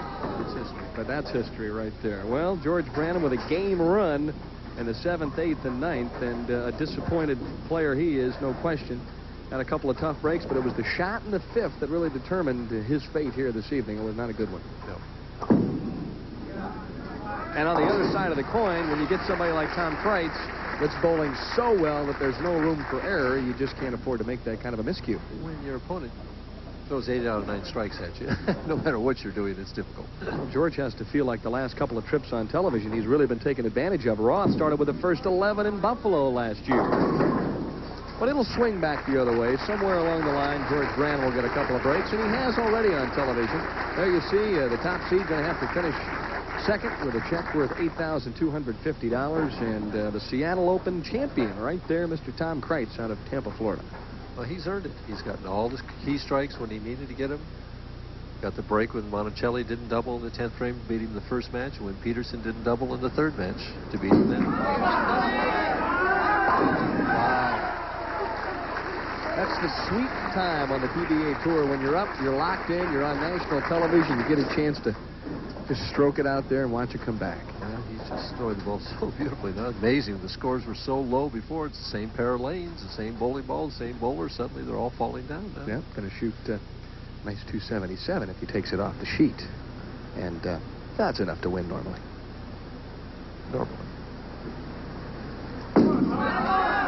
Loose as a goose right now. Well, looked just like the one prior. Kreitz with a little thrust of the fist in the air. George Branham with a congratulatory handshake. And, well, what can you say? Tom Kreitz was the best player of the 5 here this evening. He did get a couple of breaks along the way, but he took advantage of it.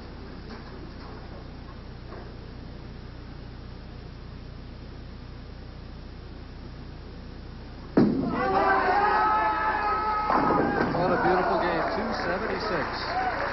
Well, it's a championship performance in the championship game, and they're on their feet here at Skyway Park Bowl in Seattle, Washington, in appreciation of Tom Kreitz, because when you shoot 276 for all the wheat, well, that's what it's all about on the PBA Summer Tour. So we'll be back in a moment or so to chat with Mr. Tom Kreitz and ask him his feelings as he says hello to Mom and everybody else down in Tampa, Florida, because he's the newest champion on the PBA Summer Tour. Tom Kreitz with a big victory over George Branham III. Hi. I've been looking all over for this terrific video cassette I heard about. It's called The All-New Not-So-Great Moments in Sports. There's scenes where Darryl Dawkins renovates NBA backboards. That's a fantastic video. My favorite part is when Billie Jean King turns Bobby Riggs into tennis's court jester. I hear there's a scene where a West German golfer shoots for birdie from a pretty strange place. I love it where George Brett calmly disputes his pine tar home run. The all-new Not-So-Great Moments in Sports is 45 minutes of the funniest film I've ever seen. Great, so you have it. No store has this version. Now what do I do? You get it free. Let me understand. You don't have the video, but you're going to tell me how to get it free. Right. Am I missing something? You're missing out on Sports Illustrated. Sports Illustrated? I love SI. What does Sports Illustrated have to do with it? You get the all-new Not-So-Great Moments in Sports free with your paid subscription. Oh, I let my subscription run out. Well, now's a perfect time to go for it again.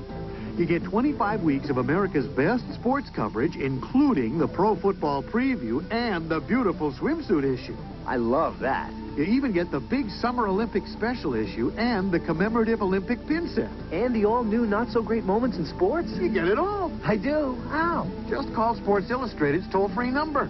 Hold on. All that great footage, that video's really worth having. I ought to know. Yeah, I'll bet they raised the price of the magazine, right? It's over 47% off the cover price. Just 3 monthly installments of $9.89 each. You can even put it on a credit card. No kidding. I get 25 weeks of SI, including the Pro Football Preview, the Summer Olympic Special Issue, Olympic Pin Set, the swimsuit issue, and the video cassette free. You get it all. Just call 1-800-541-8700. I gotta get to a phone. What's that number again? Here, 1-800-541-8700. Hi. Have you heard of a video cassette called The All-New Not-So-Great Moments in Sports? And that's the way it ended. A big game as far as Tom Kreitz was concerned, but let's take a look now at the recap. The opening game in the match between Monacelli and Kreitz this evening, 184 to 175. The scores weren't too high, but it was close.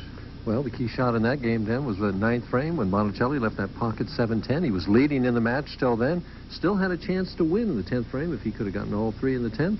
Kreitz shot only 184 that game, but managed to win. The amazing thing, Amleto misses the pocket. Only 1 shot in the opening game and shoots just 175. So that was the end of the first game. So on to number 2. It was Kreitz against the hottest player on the PBA Tour, Dave Husted. Dave Husted never could get anything going, couldn't get the double when he needed to. Kreitz finally figured out how to get some strikes on the right-hand lane.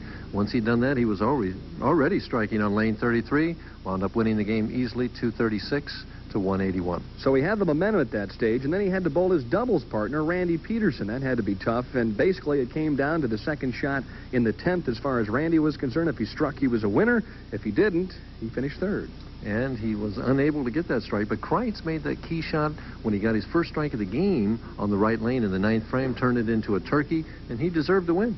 And, of course, they'll be bowling again next year in the doubles, I'm sure. And then, of course, the championship game, well, I think basically the key shot in the 5th for George Branham. Very close match at that point. And then he made the big mistake in the 5th, and that was the end of George Branham III. And so the big winner here this evening, Tom Kreitz, will be back to chat with him in a couple of minutes. All sorts of great bowling coming up in July on ESPN. Next week down in Tucson, right on the 6th.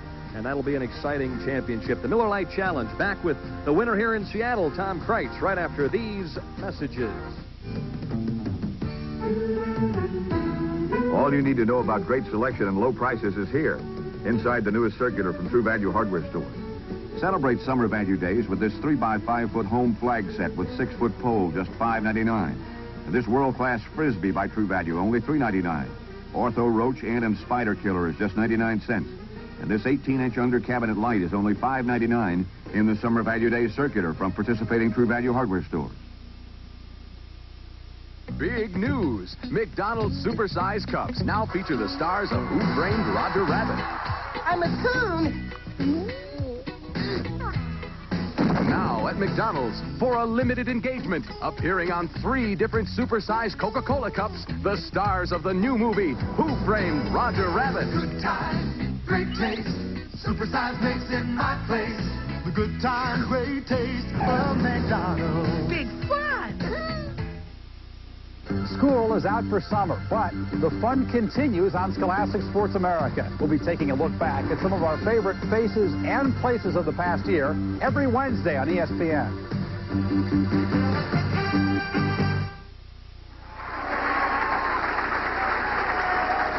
And there's the winner of the $115,000 Seattle Open, Tom Kreitz. And Thomas, they're pretty excited about the victory here. We'll bring in Dave Pardee, the owner here at Skyway Park Bowl. And, boy, he's got a beautiful check and a trophy to boot for Tom Kreitz. Tom, on behalf of all of us at Skyway Park Bowl, I'd like to accept this first place trophy and $16,000 for first place. Thanks. Nice bowling, Tom. Thanks, Dave.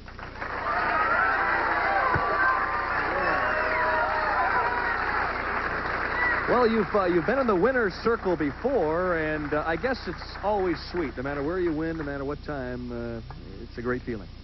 Yeah, I feel really fortunate this week because I started off not even know if I could bowl in the tournament. I've been having wrist problems, so I drilled up some 15-pound Columbia equipment, and that seemed to take some of the strain off, and so everything worked out great. I feel really fortunate. You sort of stayed calm and cool, and the guys didn't shoot big numbers at you tonight. That had to make it a little easier. Yeah, I got really fortunate to even getting through every match. I'm bowling with some of the top players out here, and all of them are my friends. I have mixed emotions about. It's always tough to beat somebody that's going through the same stuff you are out here, and yeah, I got some breaks. Getting through the first match was definitely the key, and after that I loosened up and was able to figure out the right lane and felt really comfortable after that. Well, I saw you gave Pedersen the Tampa jinx when he went up there for the second shot in the 11th. What was going through your mind? Because if he strikes, you're done. Well, as good as he threw the first shot, I figured I didn't have a chance. I figured he just dead flush it. I figure you got to figure you need to shut these guys out in the 10th, and I had a chance to do that, and I didn't do it. So I figured that he would win. I felt fortunate I won that game also. Well, congratulations. He's the winner of the $115,000 Seattle Open. Tom Kreitz had to start from the number 4 slot, and that's not easy, folks. Had to win 4 games and go through a very talented climb. Great taste of McDonald's. And by the Shell Oil Company. Experience the difference this weekend at your Shell station. Next week on ESPN, the PBA Summer Tour travels to sunny Tucson, Arizona for the championship round finals of the $140,000 Miller Lite Challenge.